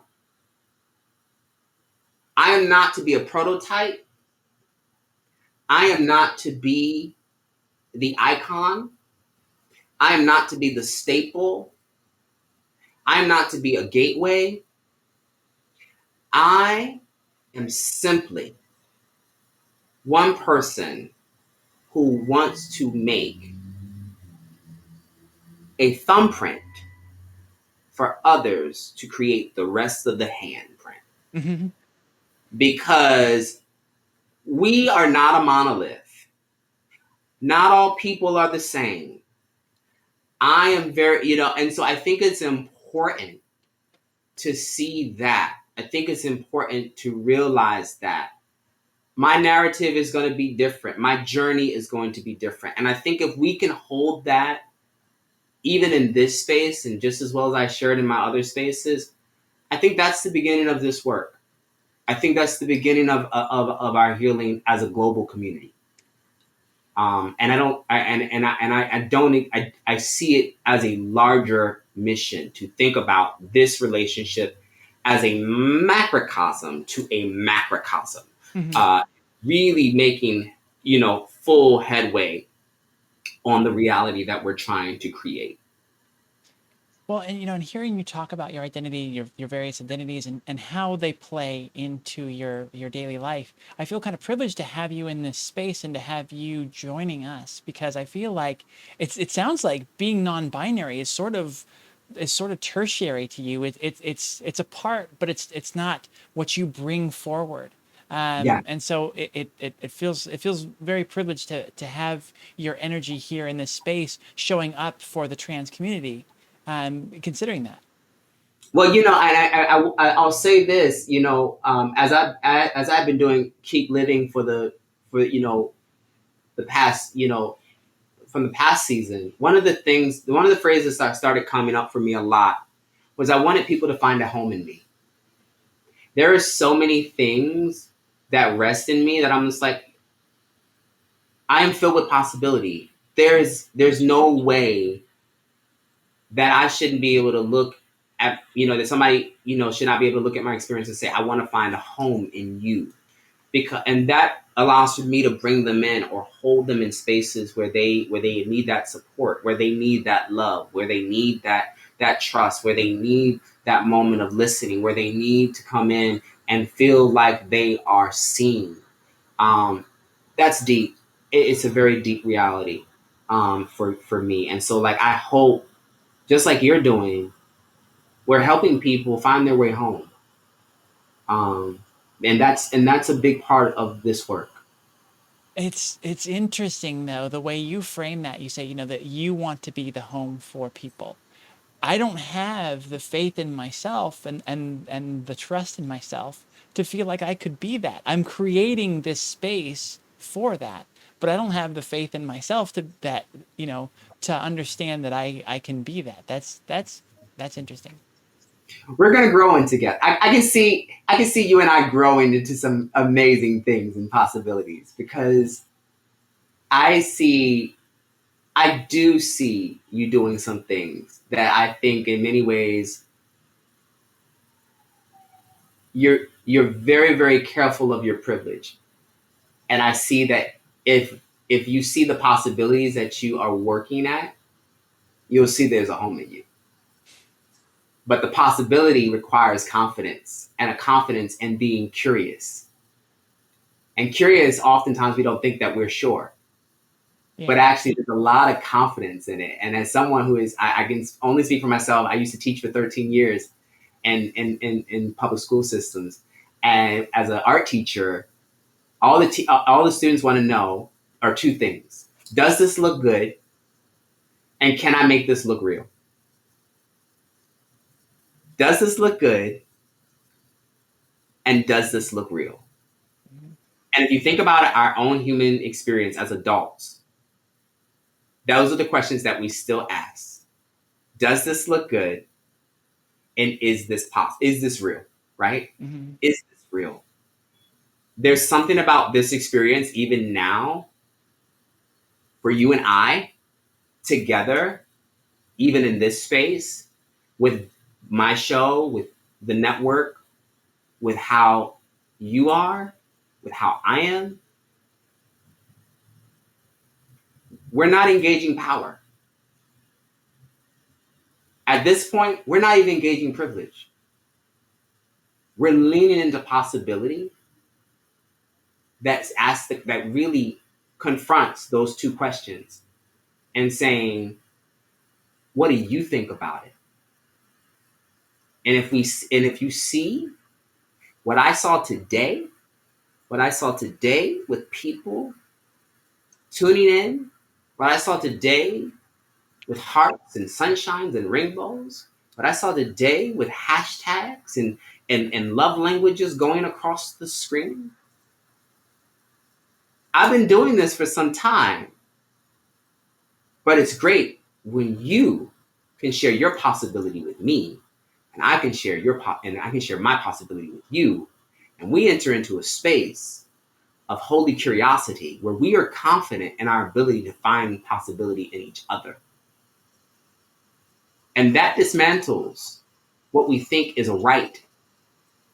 That brings us closer to creating new spaces for us to find ways for us to connect in possibility to create new probability. That's where the shift happens. And you are doing that. But it does take us, I will say, I had to learn, it takes us to realize when we can declare it. But I see a lot of it, and it's happening, and it's happening, and it's happening. It's happening because of people like Justice. It's happening because of your team, your mod team. It is happening because of not only an audience you created, but a community, a global community. It is happening because we decided to be fearless, even while being fearful. Honor that.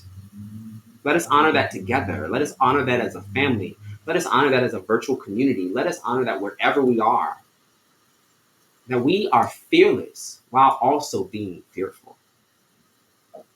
Yeah, and it's what we do with that fear that defines us Mm-hmm.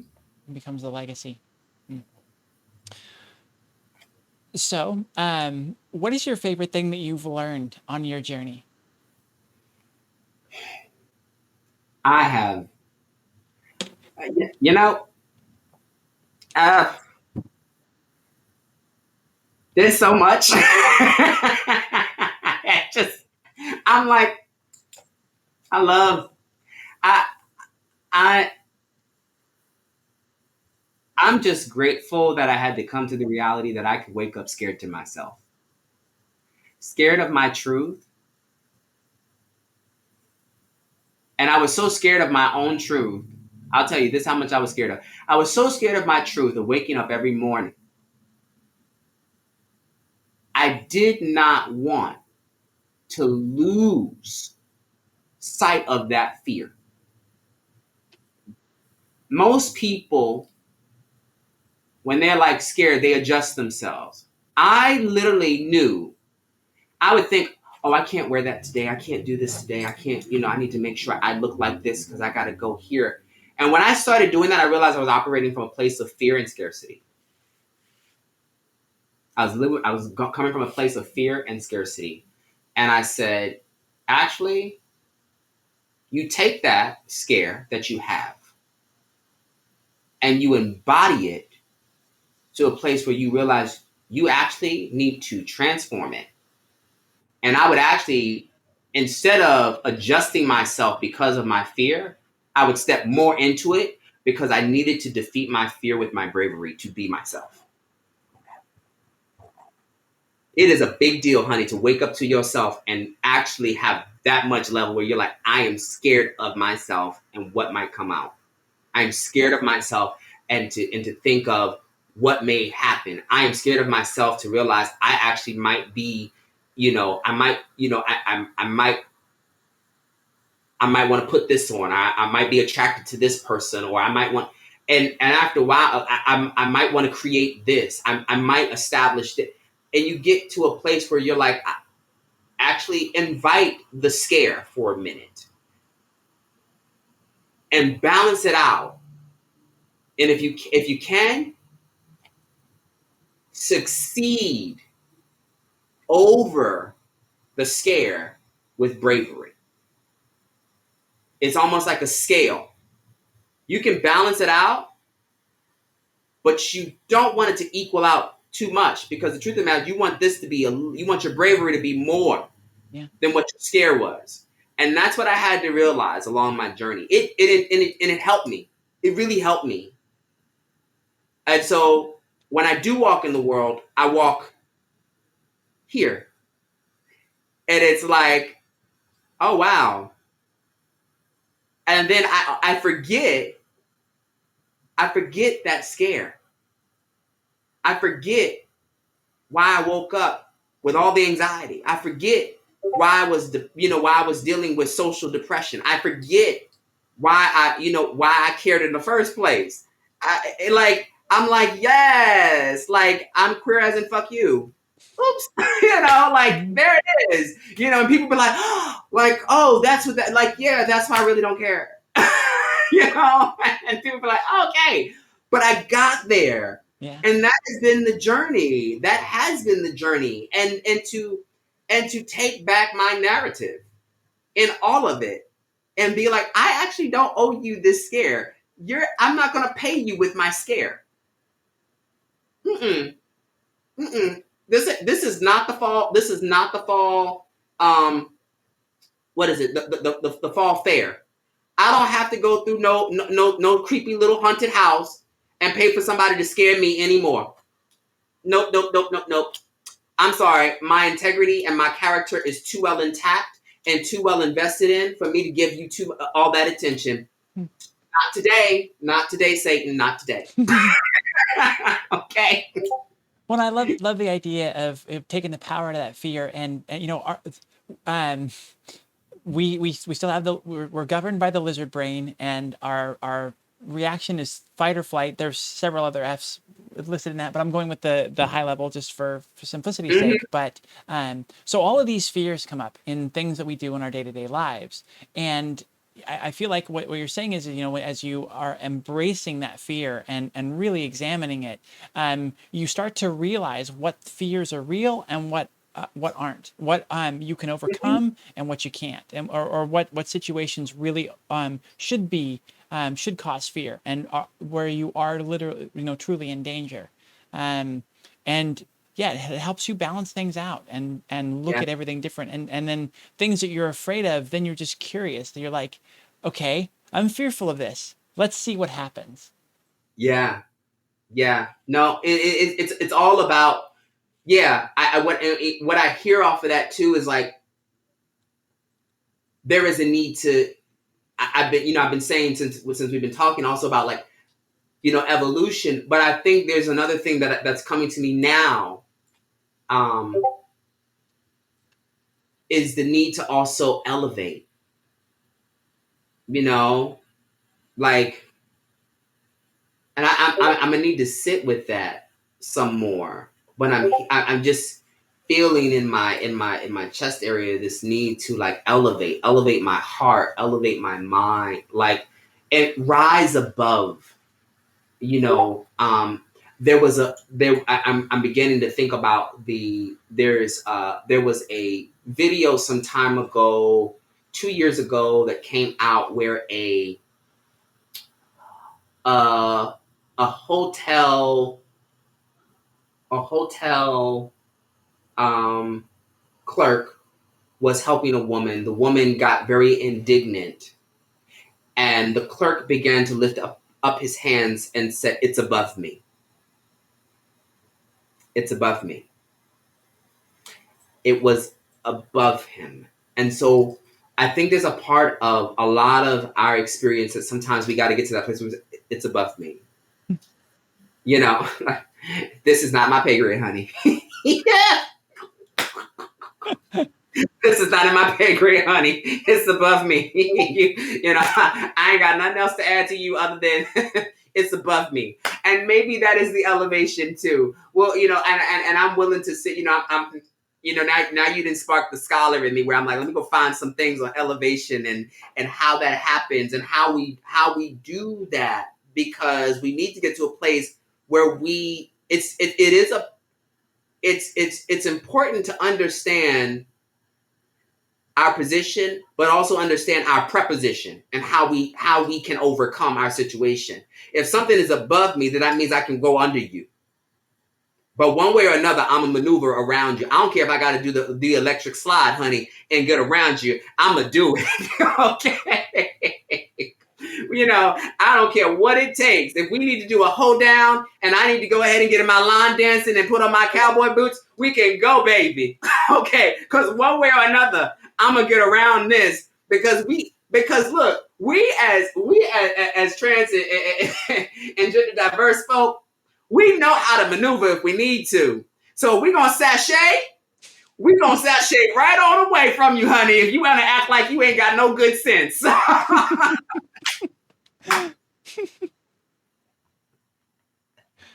As we wrap this section up with a nice little bow and take a much needed break for you, definitely, I'm sure.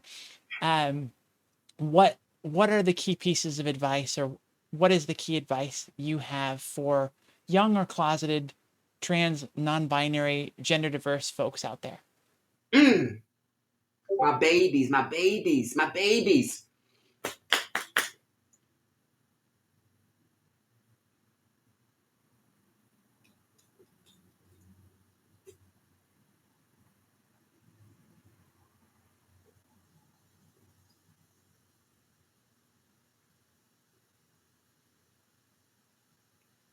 I'm going to give you the advice that holds dear to me because I'm going to give you something that is deeply intimate to me.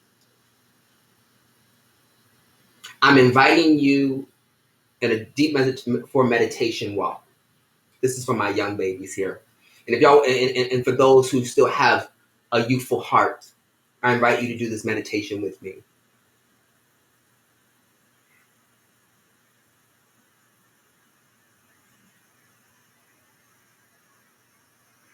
You have decided to walk on a sidewalk, and you have decided to walk down this road on this sidewalk, and you come to a door, and there's a house, and you knock on the door of that house.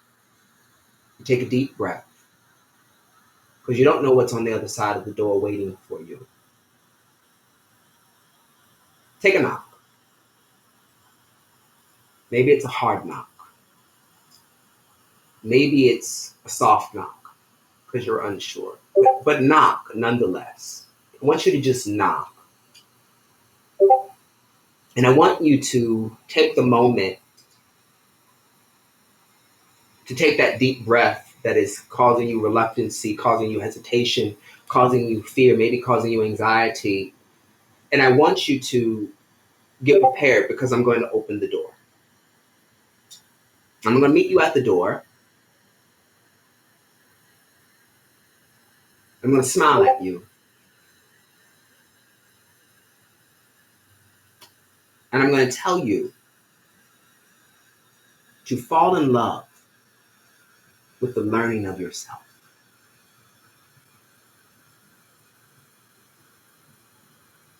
Fall in love with the learning of yourself. Fall in love with what you call me, myself, and I. Fall in love with the learning of your worth. Fall in love with the things that you have yet to discover. Fall in love with all the things that you have tried and tried again and never throwing in the towel. Fall in love.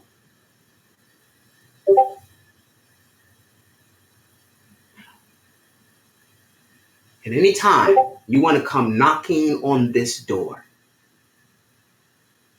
anytime you want to walk down that sidewalk, know that down the road, there is a house and a home for you to fall in love with the learning of yourself. I'm ready to bring Jay back on and talk about the wardrobe change. You were telling me that the leather was burning you up, and I think with the high neck, long sleeve underneath with that, I was like, whew, that's got to be warm. Yeah. I mean, the real, I'll be honest. I'm a little, I don't have. I get cold easily. I really do. So I spend I'm like, oh no. I got to, So I like to be warm. I'd rather have on more clothes so I can undo them. Than which is probably hey, but but no. I was like, I need to breathe in. So denim would do a little something. Well, and I love the way my my ADHD brain works and how I can go through this long conversation in my head or this long thought process, just looking and seeing you there in the leather and the long sleeve with the high neck, and I'm just like, that's got to be so hot. And then I'm like, it's great though, because if you can adapt yourself to being able to live like that, to have these extra layers on, then it opens up so much more great fashion and possibilities. But then I was like, but then you're in New York, and that means that when it gets really cold, you've got all the layers on and it's not enough anymore. This is all what my brain went through. No. I mean, by the time I step outside and walk the dogs, the leather goes back on. I mean, I'll be honest. Like, I mean, let's go through here, right? We got this long sleeve. Now, if you notice, this is navy blue. This is a straight up like long john, like like Midwestern kind of shirt. This is a regular T-shirt. Look, y'all, I'm giving y'all real, like, y'all know what's going on. I am prepared for the weather because we got snow everywhere, and I ain't trying to be cold. Being cute and cold is not fun. You got to, okay? That's what my grandmother told me. Look, and this part, I mean, this is not even breathable. But here is this ain't socks. These are long johns. I ain't playing with this weather out here. Y'all can okay. We not doing it.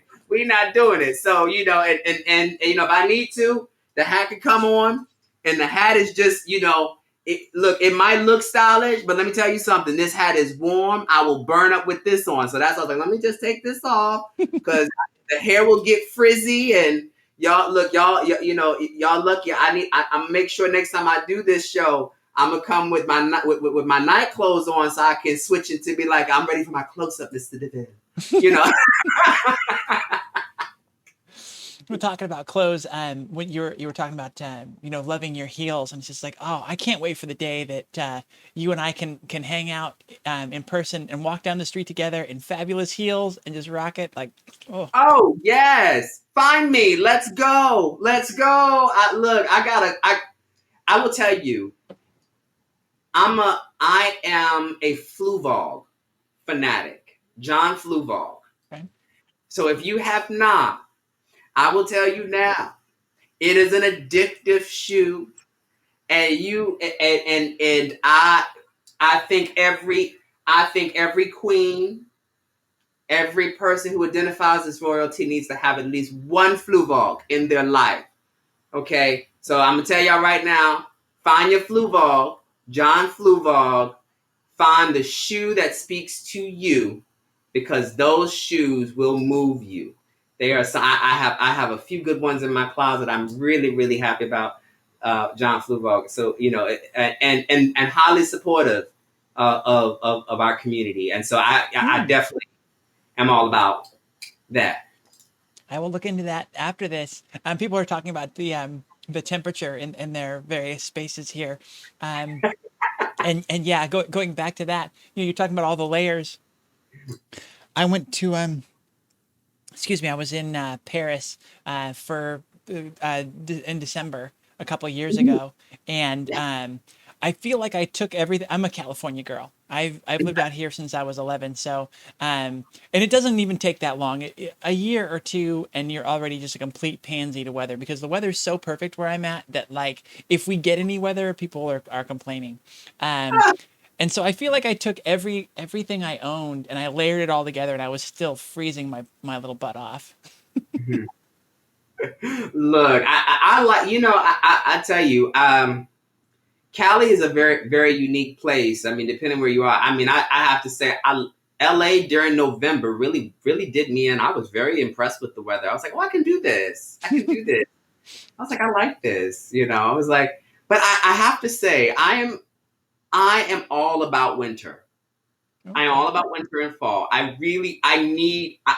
because I love fashion. So I like my coats and I like my scarves and I like my hats and I like, yeah, it like you, when you're in warm weather, you have to just kind of be like, oh, I'm going to throw on something where I'm not going to sweat my life out. I'm like, no, give me a little bit of it, because I'm like, a little, I think it is very stunning to be, decked out in some kind of, avant-garde material that you just kind of like, yes, let's go, like winter here. That was my only struggle when I went out to Minneapolis. I was like, where's the fashion? I was like, I want fashion. I like fashion. And so that means I'm going to have to bring clothes when I'm like coming from New York to Minneapolis all the time because I love fashion. Katie's saying that she's in upstate New York, and she's like, I know how to layer. Minnesota wasn't nothing. Right? Yeah, that's exactly when I went to Minnesota in the first of this the first December 1st, and I stayed there for 2 weeks. No lie. Everybody was like, "Oh, you're gonna freak out." Blah blah blah blah blah blah blah. I was so ready for Minnesota, and then I will say I have the best snowsuit probably in the world. It's like leopard print. I love leopard print. Um, but it was like I was like, oh no. And when it snowed, I was like, I got a chance to wear it. I was like, and I haven't been able to wear it. I've had it for a while. I've never worn it. I just got it because I thought it was cute. My mom found it for me, and I was like, I really, really like this. But I've never been able to wear it. So this bright yellow suit was finally being able to wear, which actually then brought a lot of attention to me in Target. And then like 3 people recognized me in Target and were like, "Oh my gosh, you're the ethical evangelist." I was like, "Yeah," and they were like, Yeah. "Oh my god, this is so cool!" And I was just like, "Yeah, hi!" Like, and it's amazing to me like when it was like, "Oh wow, the world is really that small." But then it was like also like it let me know that like people actually like they feel a connection, and I was like, "That's good that someone actually felt like." You're not a stranger to me. I know who you are, and I'm so excited to see you. And I was just like, oh, it's like, thank you. Like, yes. Yeah, that's a great thing that to learn about your following. That they feel empowered. They feel that closeness and connection to you to be able to come up and talk to you like they know you. It's just like that's cool. Yeah. That's pretty cool. Yes. Yes, it is. So we have several questions here from the audience. They've been Okay. coming on in throughout the conversation, and Oh, I was focused on you. That's the way I usually do it. And then when we get to this portion, so they're going to be probably a little all over the place, okay. but we're just going to jump into them and see what the audience wants to know about you. Okay. Sonia asks, Jay, as you grew up in your spirituality, what was the point where you realized that you needed to take your preaching and the teachings that you learned there and your newfound understanding of sexuality and gender and universal spirituality and put it out there for the LGBT community? That's a very good question.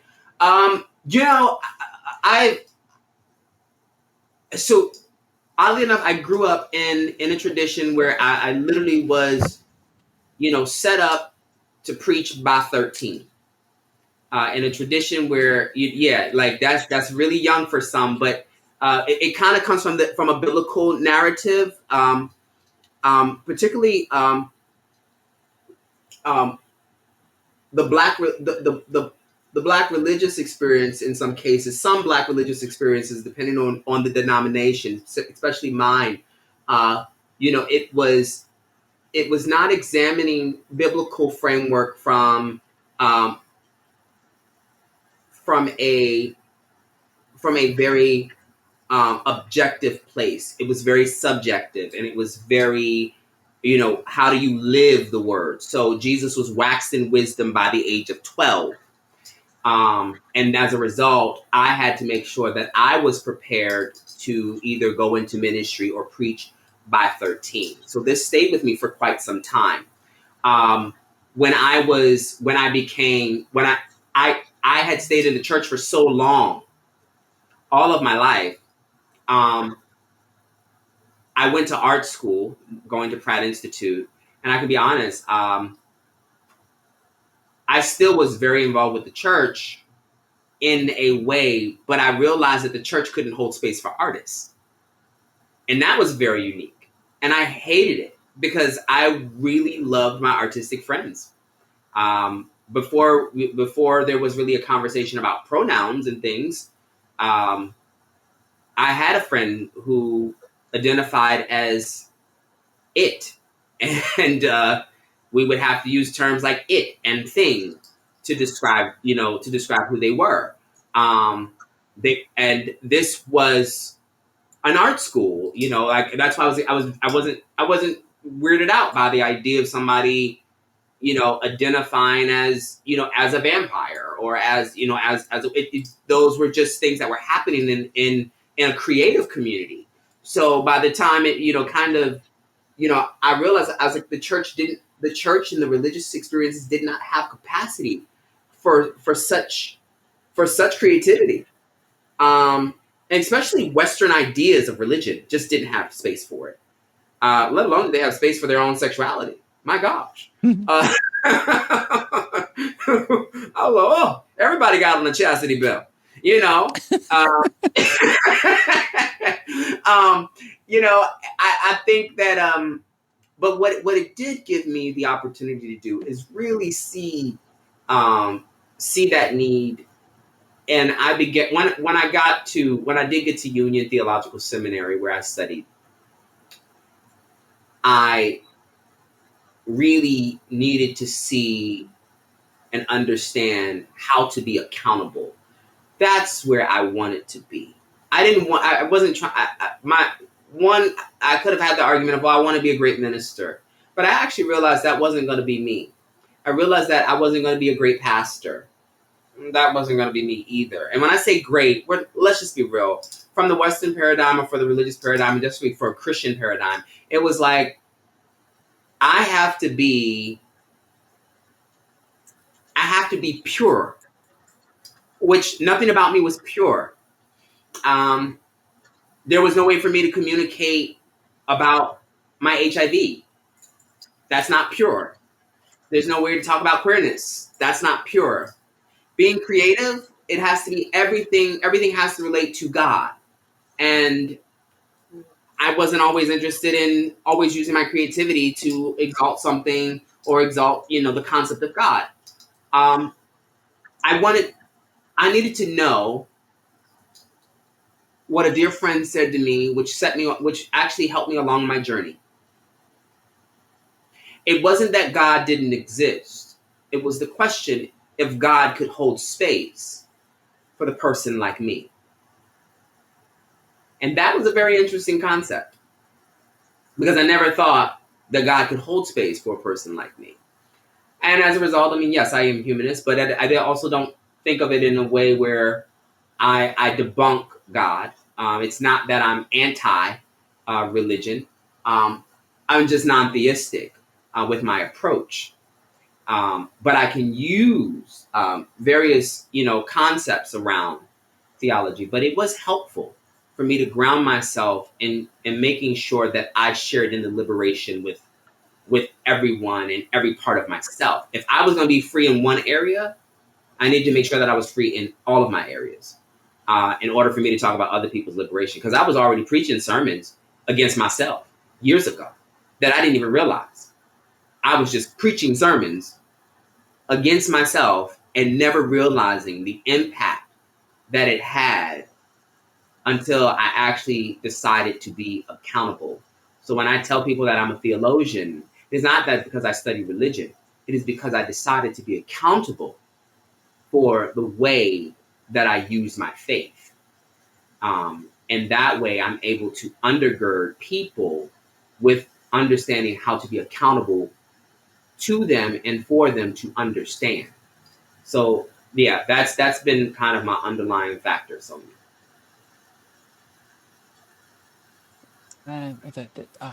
You've inspired so many questions. It's wonderful. And Ashura asks, what advice would you give to someone who struggles with accepting both their feminine and masculine side?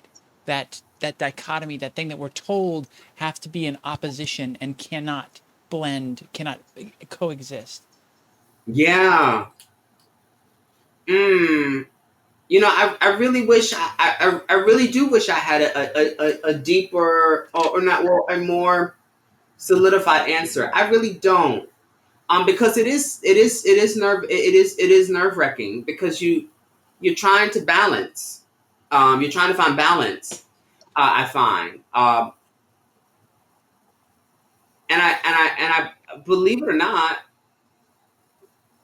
I I don't know. I think there's a part that I appreciate that deals with naming. Like naming that portion is a huge part of embracing what is coming up. You will not be able to just sit with it as is or as a larger conglomerate. You can't handle one side versus the other side and be like this in between them. It's just it will drive you crazy. But it is important to hold them, yes, at bay and name them. Take your time and name them.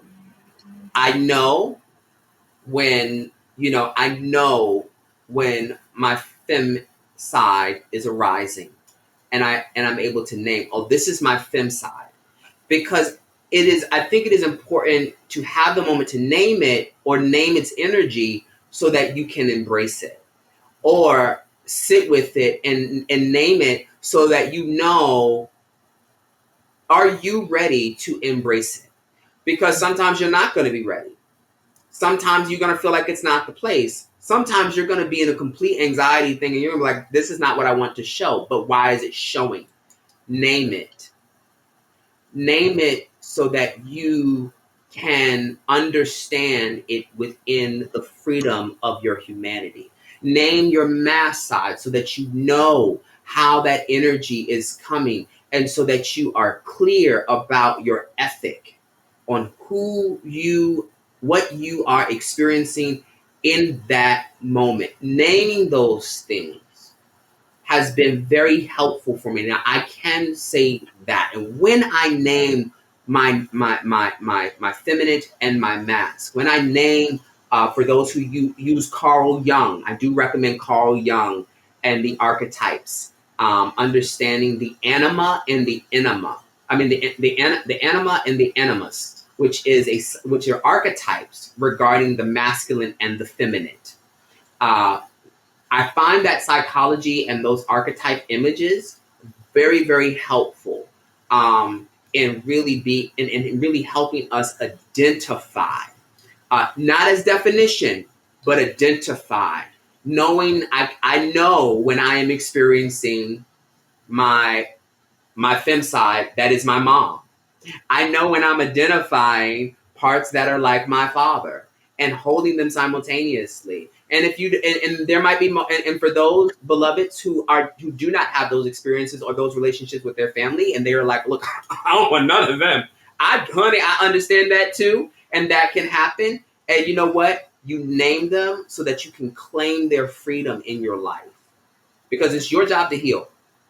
And it's your job to bring those things together so that you can do the work you need to do in order to accept your full humanity. Because that's what's going to be the full humanity. That's going to be the beautiful image of who you are in the world when you begin to identify and recognize them and recognize the strength that they bring into the room. Those are strengths that come in the room. Whether they are femme, whether they are mass, they are energies that come into the room that create nurture, that nourish, that protect, that assert, that advocate. They, all of those things are needed, and they're not, and they, and it is powerful, you know. So I do just say that practice, practice identifying and recognizing those energies so that you can fully embrace your humanity. Yeah, that's beautiful. I love Lena, I think I'm pronouncing that right, Lena? Says, thank you for saying that, Jay. I personally use, and I gotta get, I got trained quickly to use Jay, and I was wondering if it was Jay, and It is I just went with it, and now it's stuck in my brain. So I love Jay, and I'm going to adopt that. I promise. But I personally use female pronouns, but I don't necessarily dress that way. I love who I am. And it's wonderful you've gotten to that space. And the thing that I would say to Amanda, to and Ashra,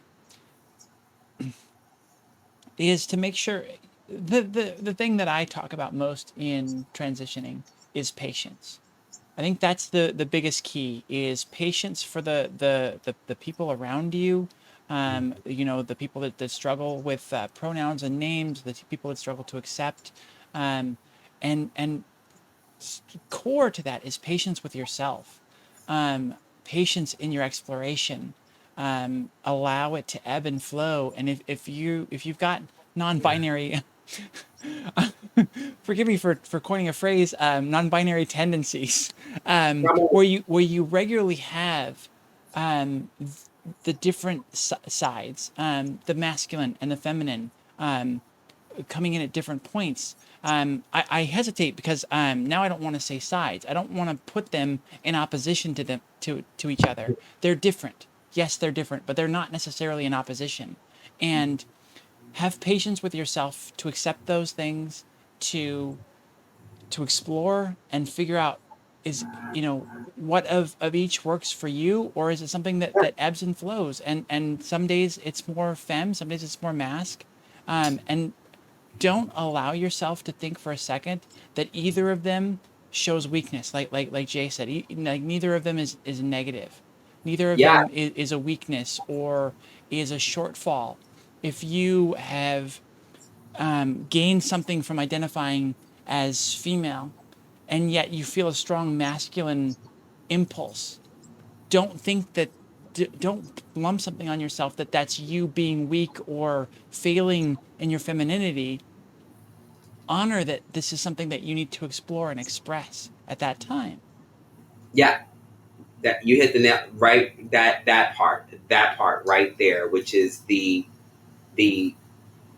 that needs to come up in that time, and let's for those are you know who are in this beautiful spectrum of non-binary, it is okay to create in that. Like, my creation was being able to identify and recognize those energies. If you want to grapple with them together, be with them together, hold them and name them together. Okay, because they don't have to be separate entities. They don't have to be separate. They don't have to be separate energies. That, like, you can have them together and birth them and name them. That, look, come on, them and there. Look, it's their baby. Use it all, right? That's what we do, right? And it's okay. It's okay to, and it's okay to take the. We have the beauty of calling forth, third gender. We have the beauty of holding both together. We have the beauty of also having no gender at all. Come on. enjoy every bit of it, to be nothing other than your name. Jay is Jay's self. Jay went to the store. Jay did this. Jay was thinking to Jay's self, and Jay's self said, huh? Right? You got to bring it all together and hold all of it, because it all it's going to allow for you to do is lean into a discovery and a knowing that you have been yearning for to be unearthed. And some of us need to unearth. That's the reason why many of us are still sitting in fear. Some of us need to unearth because we have not gotten to a place where we are still dealing with our own insecurities. Some of us have not unearthed because everybody else has packed the dirt on top of us, telling us about what we should be, how we should act, how we should behave. Honey, it's time to uproot, do your thing, and be absolutely you. And know that everything that needs to be part of you is good, because all of you is good. And you Yes. and Amanda, you know we love you here. You know you deserve to be here. You belong here, and no variation of you will break that. Bring it Kari on. Kari says, "Do you feel God is male, female, both, or neither, or all at the same time?" Woo. You're asking a humanist, honey. Woo. So yeah, someone you're not really sure you believe in. What do you think that they identify as? um,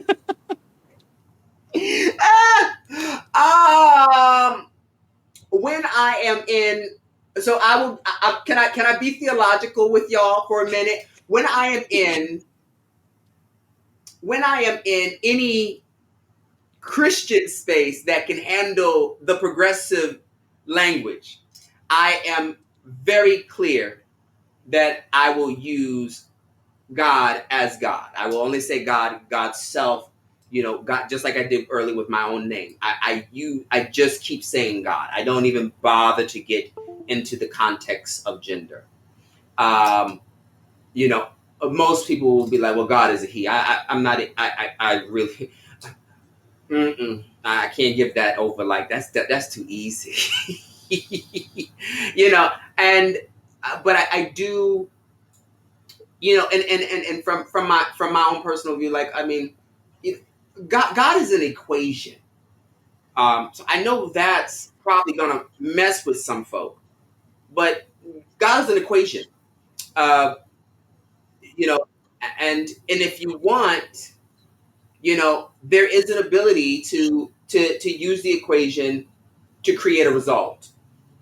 But otherwise, I mean, but that's my own way of dealing with the concept of God. But to gender God, I don't think it is. I don't think it is necessary unless it is used for the benefit and the edification of a community, right? Yeah.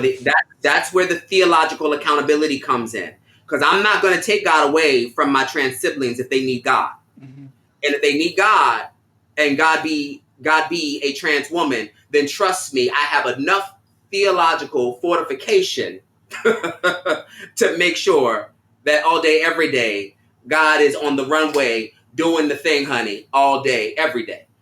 But that takes a lot of confidence. So I'm not deeply attached to that, because I think that in many ways that, as Jesus would say, as it is quote written, that that we will become gods ourselves. We are doing some amazing shit. We are. I mean, look at us. I mean, let's just be real. What chromosome does Jesus have anyway? I mean, do we even know? So we don't even know is Jesus really he? We need to think about that, right? Well, we I don't know want to for a mess with fact nobody. he's not white, and he's been he's been made I white in so know. many freaking things. It's just like, It's that is so so not true. What the hell are you doing?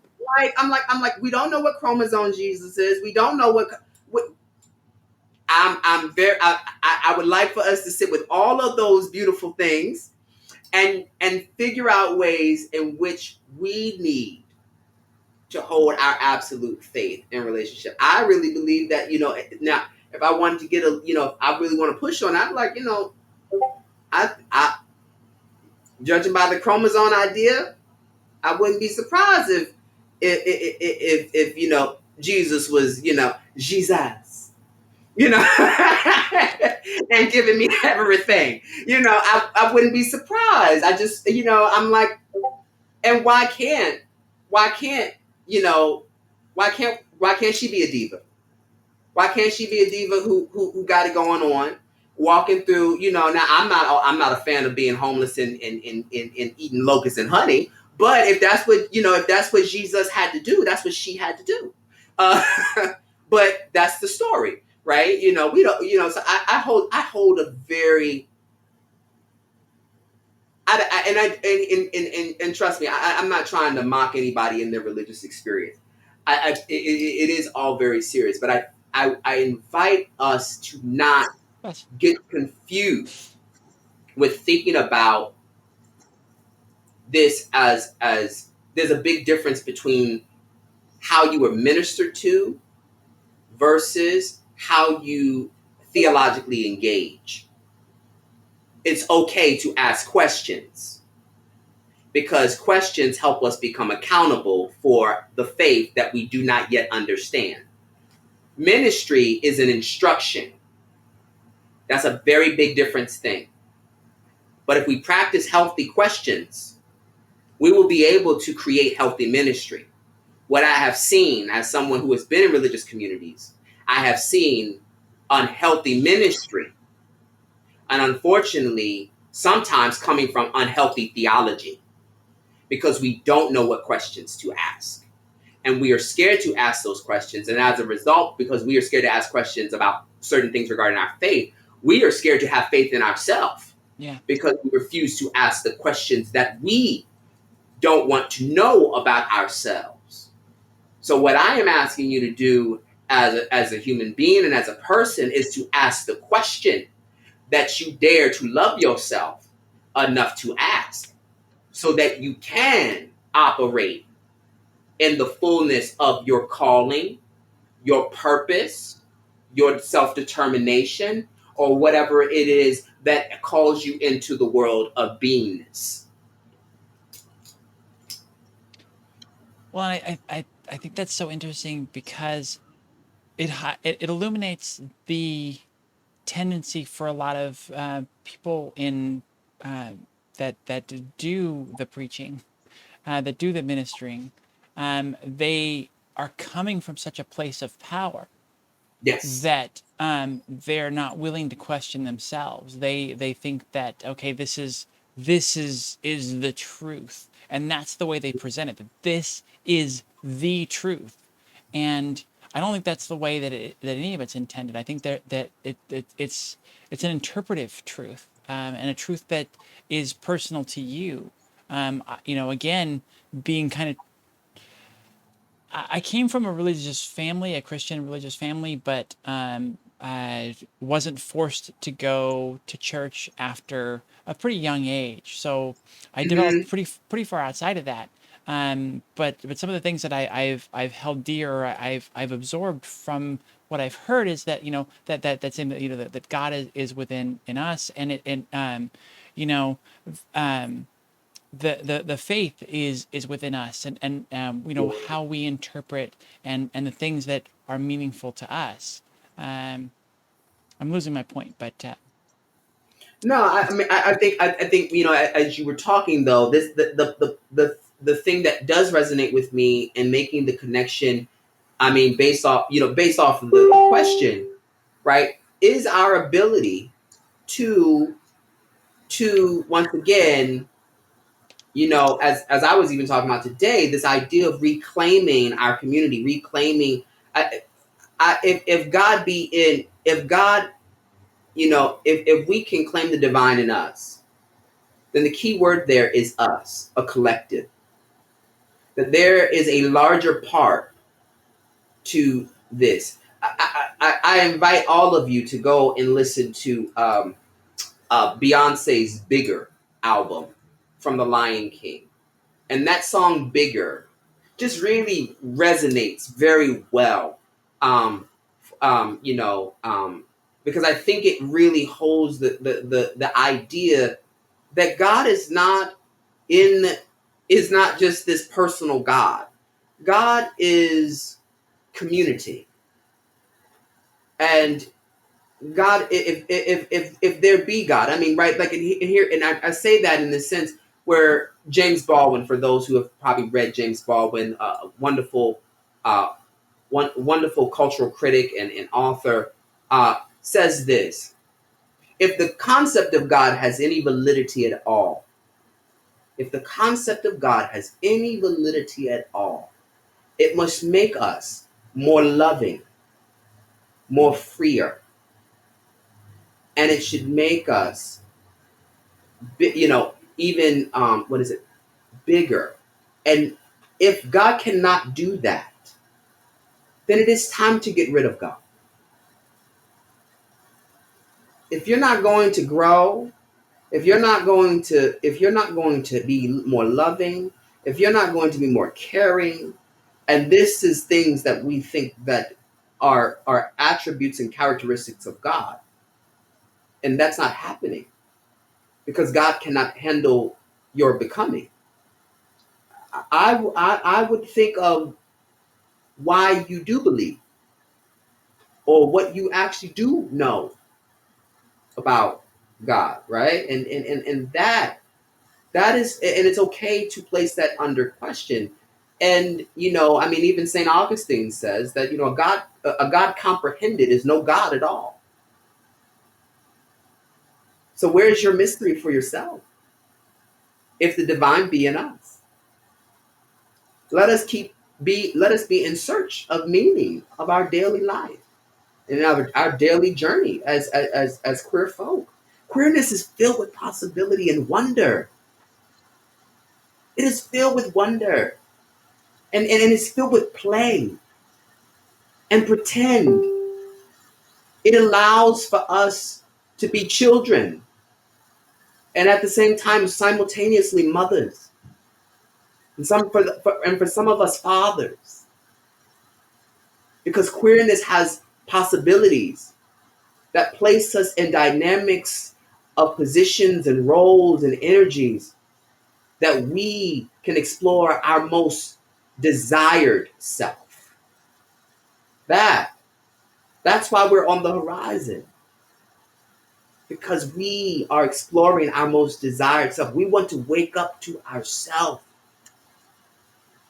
right? Mhm.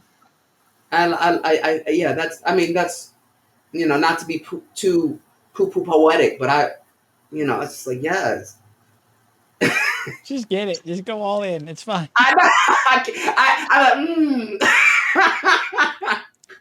So Heather comments on something you actually mentioned here as well. Enjoyed the December 21st podcast. Your comment about your father's transition to an ancestor was very moving. This helped more than ever, not only to put a new word for talking about my ancestors, new and old, but to help at my work for in skilled nursing homes. Mhm. Yes, yes, yes. For That's a big thing for chaplaincy. It's especially if you're working in a nursing home. It's very important to hold our elders and hold those wisdoms and allow for them to be ushered in transition as an ancestor. It is so important. We don't talk about that a lot, because I think in many ways we're so scared of death. And we think of death as the end of life. We talk about it like that, and I'm like, death is still life. It's just a different part, but we're scared of it. And how do we talk about it when there's so much uncertainty? But Felix Adler, uh, the founder of a religious movement years ago called ethical culture, says the dead are not dead if we truly decide to remember them and take up their work.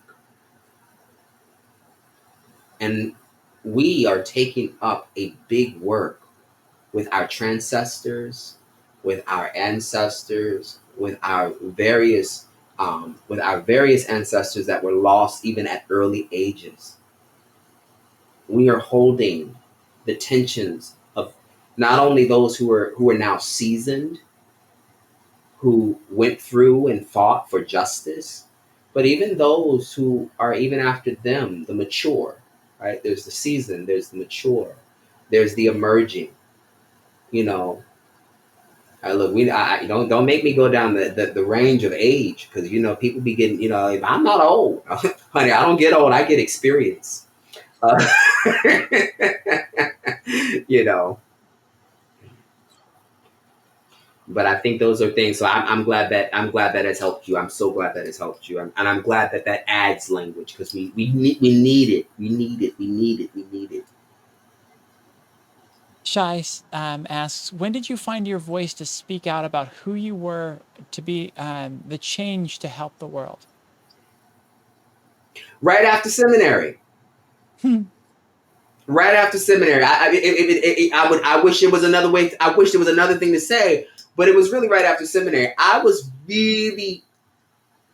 I will say I really, number one, seminary, when I did it, I learned straight up, and I was told often I was not a theologian. It didn't matter. I was not a theologian. I was not, supposedly I was not theologically sound. I was like, what does that mean for a space that is so liberal anyway? That already had these, various interesting theological liberation. There was Black liberation theology. There was Asian liberation theology. I was studying everything. I was embracing. I studied interreligious engagement. So I was involved in a lot of different traditions. I was looking at theological notions within Hinduism. Um, I was understanding particular religious formations regarding the Bodhisattva, and how and what was able to be done regarding women in Buddhism. I was sitting with all of these things, and I wasn't learning practices or just rituals. I was reading about those real intrinsic areas that were kind of pitfalls in traditions that needed to be revisited. But I undergirded myself after that. After I had got my after I had finished my thesis, and my thesis, believe it or not, was the first of its kind. It lasted for a month, and that was unheard of, because it was a full thesis project that I did, and I was supposed to only write something. And I'm too much of an artist for that. That was not going to happen. So I turned the whole entire school into a gallery, brought in all these artists from all over the place. If you're going to say that you're liberated, I need to see how liberated you really are, because you're not just going to write a good paper about how to support transgender people, and then when they come into the space, you look at them and be like, I didn't understand that. I was like, how are you telling me you're writing about this and you can't embody it?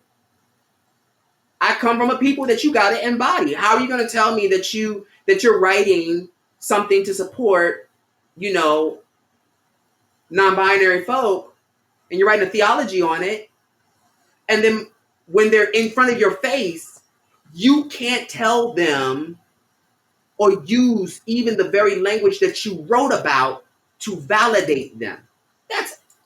That to me was what was a lot of our troubles within the theology. So I wanted a theology that I could embody.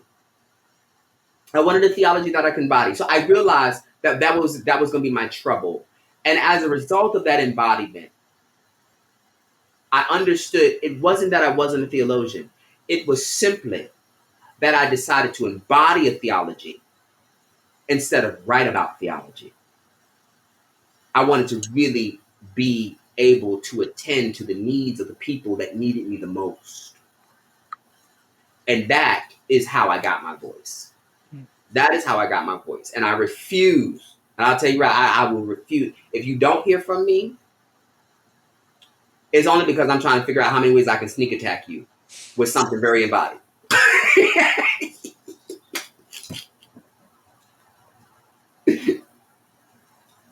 So Sonia asks, knowing how you lift up the rainbow community, primarily trans siblings, how would you encourage cis and cis queer allies, to keep walking beside you, as you deserve to be walked with in humanity? I think I get the question.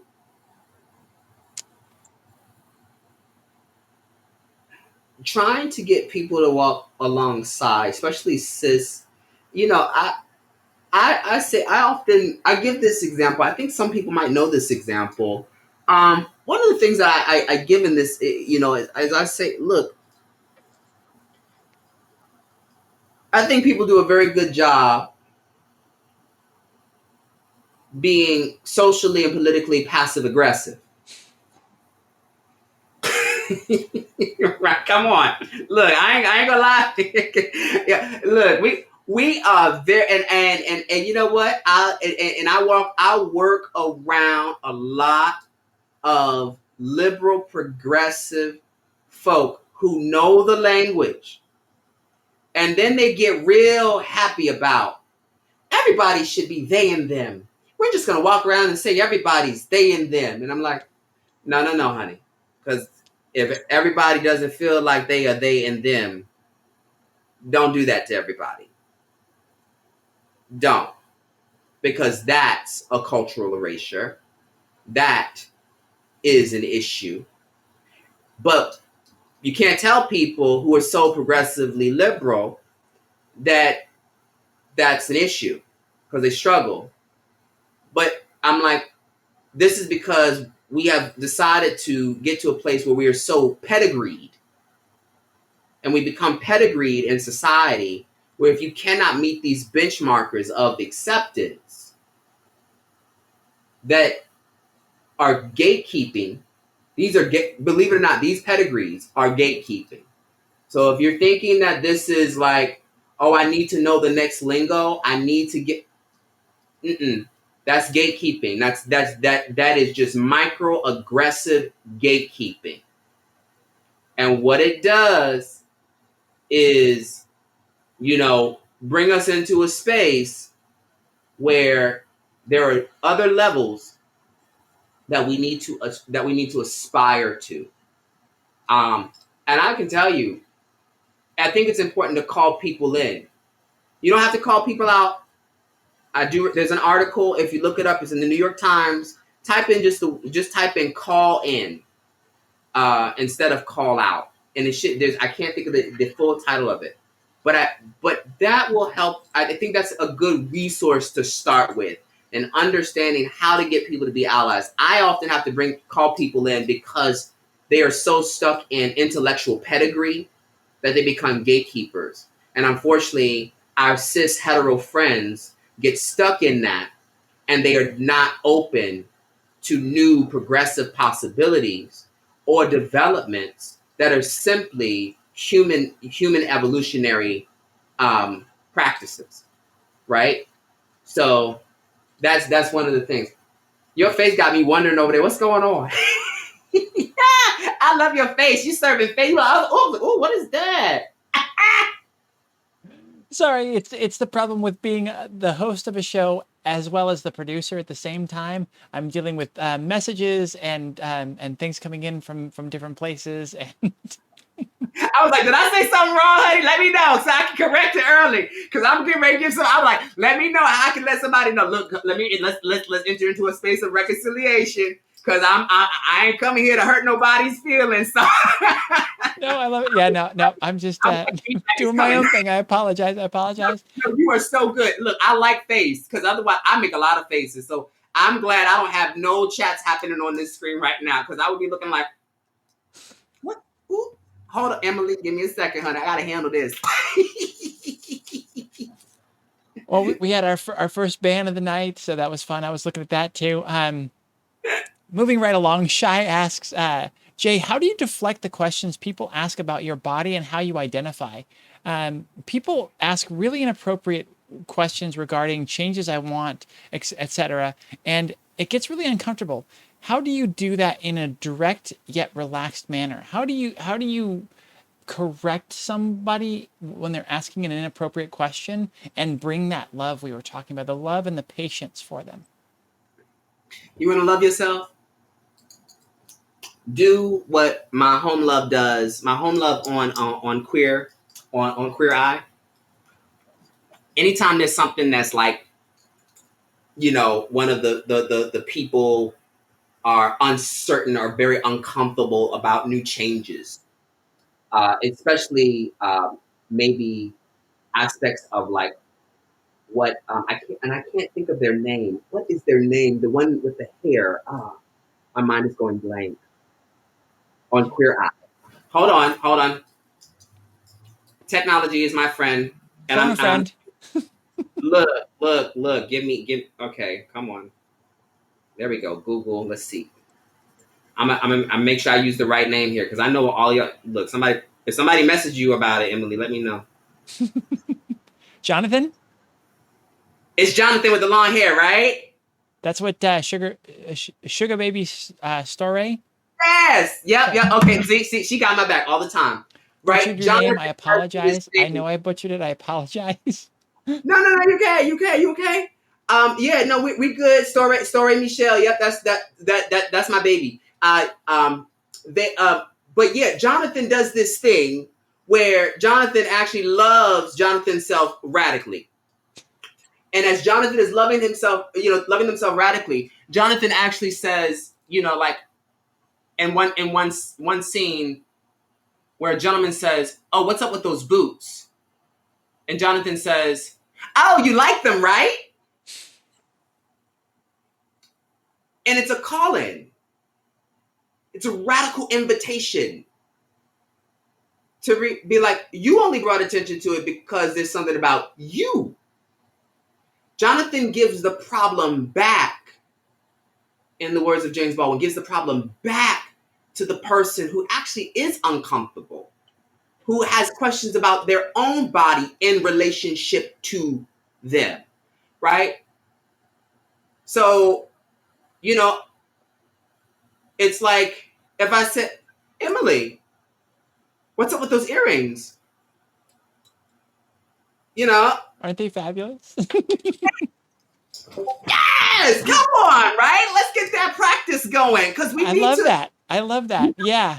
right? That's such a great thing to have done, to say they're fabulous, right? Just to be like, just to play out, because our initial inclination is to just be like, oh, the person is asking me this in this way because they're coming at it. They're saying it's wrong. I'm wrong. So you just go to this place where I'm wrong, and so you Yeah, retreat and you pull in yourself or whatever. And it's just like, if you just take a step forward like that and say, and put them out there and say, yes, isn't this great? Isn't who I am great? Isn't my yes, journey? Isn't this journey awesome? It's like, oh, you're asking me about like what I'm going to do with my genitalia. It's like, I'm trying to figure that out. Isn't this journey amazing? And yes. I get to decide.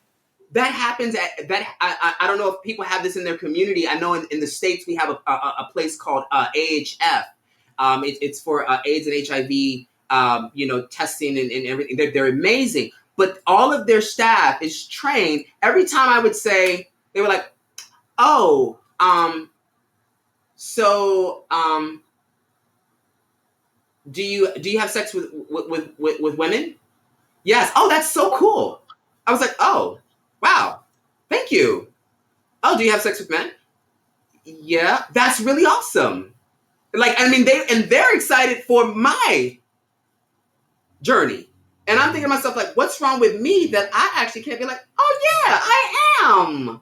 Like, do you have sex with trans people? Yeah. Like, they every time. I've never been in AHF and they not be celebratory of my body and the way that I embrace my body in the space. And it is important. So you practice that self-love like Jonathan does. It is a wonderful story. I'm asking specifically, can you make sure that you point out the episode for that scene? Because that is a really good episode for people to see. because I know that they have my back if I ask that, because that was a really good scene, and I think it's just something very important, and I'm glad we had a chance to practice it so people can see it. You don't have to just deflect. It's not deflecting. You are catching it as if you were in the outfield and you said, "Oh, honey, you thought that was a home run? Bitch, have a seat." I love that. I also love the concept that's coming forth of Storre as our queer eye historian, Yes. the librarian in charge of finding episodes of Queer Eye for pointing out. I love it.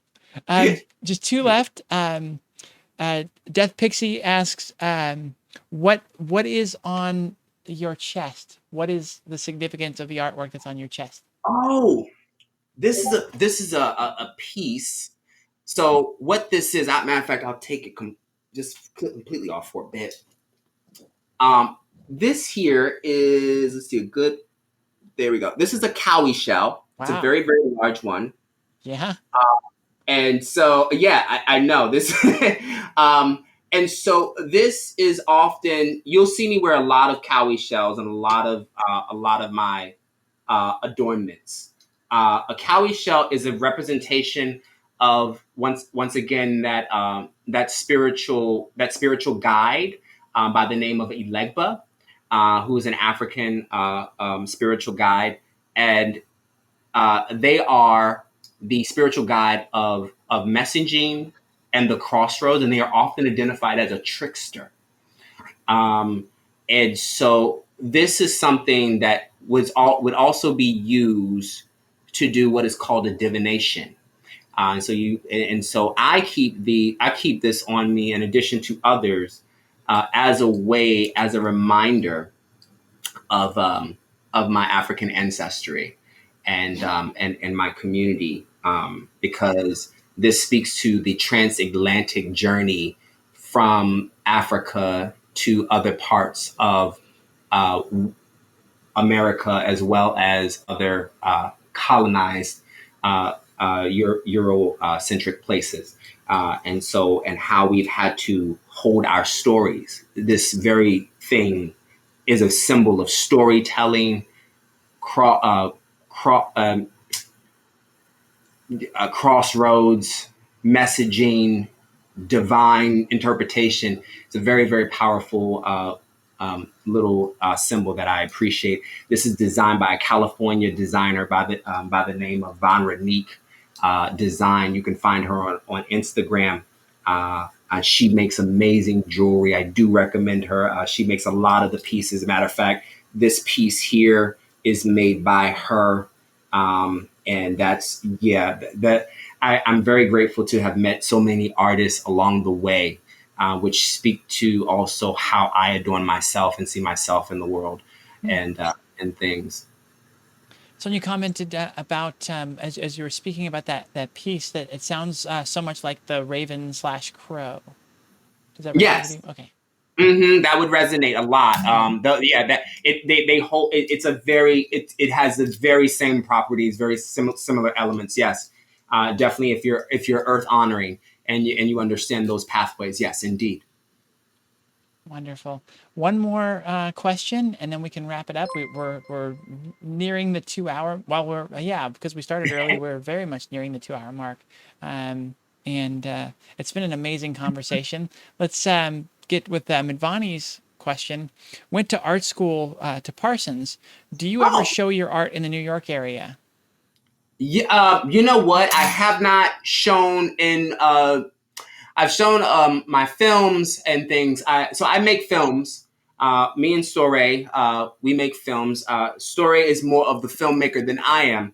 I like Okay. to produce, and so I'll ask Storre to post their website so that you can see their work, and things. But I do a lot of the production of their work.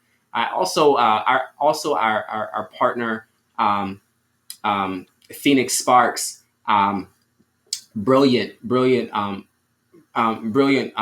scholar and queer scholar also. And so when we come together, all three of us actually work on a program called Black Queer Love. If you want to follow that on Instagram, and that's something I actually hope to share with this community, transverse, to actually open up the doors around relationship, especially for those who are living, in poly configurations and ethically non-monogamous frameworks. But for me as an artist, I am a performer. I just performed recently in Baltimore. But a lot of my spaces, I'm actually in a new wave, looking to develop relationships and where I'm having to do ritual practices in galleries and museums. I just did a piece in Baltimore at the 405 Gallery, which was picked up by the Baltimore Arts Magazine, and that went very, very well.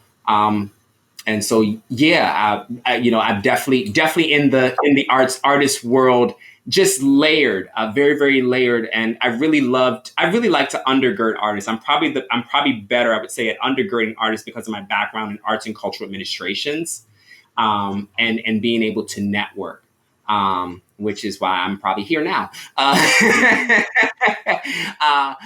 But yeah, so please, by all means, and do not hesitate to message me on Instagram with at Ethical Evangelist, because that way I can also point in directions, or even just share the work that I have going on. I just love to collaborate. I'm If there is a vision, and I'm talking to anybody on this platform, if there is a vision that you think could go out into a community, and you want to think about creative ways, and I'm not just talking about artistic ways, things that honestly require deep reimagining. I love to be a thought partner. I love to be a creative alliance with folk to ensure that we can make sure that they are not just superficial ideas, but they are realities. And that is my thing. And so, yeah, that is why we'll be launching hopefully this year. We as a community, as a family, we will be launching our production company, to really make those things happen for a lot of artists and queer folk like ourselves, willing to make larger connections. So yes, a long answer to your short question. I'm sorry, my love. I'm feverishly writing down notes. I was hoping you had more to say because I was like, okay, Starray Michelle, filmmaker, production, Yep, Phoenix Sparks. production company later this year. Like, Yeah. we need to talk a lot. We need to talk Yes. a lot. Yes. About getting your pieces on the Transverse. Yeah, we need to talk a lot. So this is great. I'm so glad to have, I've said this 17 times already, to have you here, and your family, and people like Starray. This is going to be awesome. So excited. With that level of excitement and energy, let's go ahead and end there. We've had you on for so much. You've shared so much. J. Exodus Hooper, thank you so much for coming on the show tonight, sharing your story, and the immense wisdom that you have, the kindness and the love for yourself and for the others in the community. We really appreciate you being here. So glad to be a part. Thank you so much. And y'all love yourself in the process, and have a wonderful night.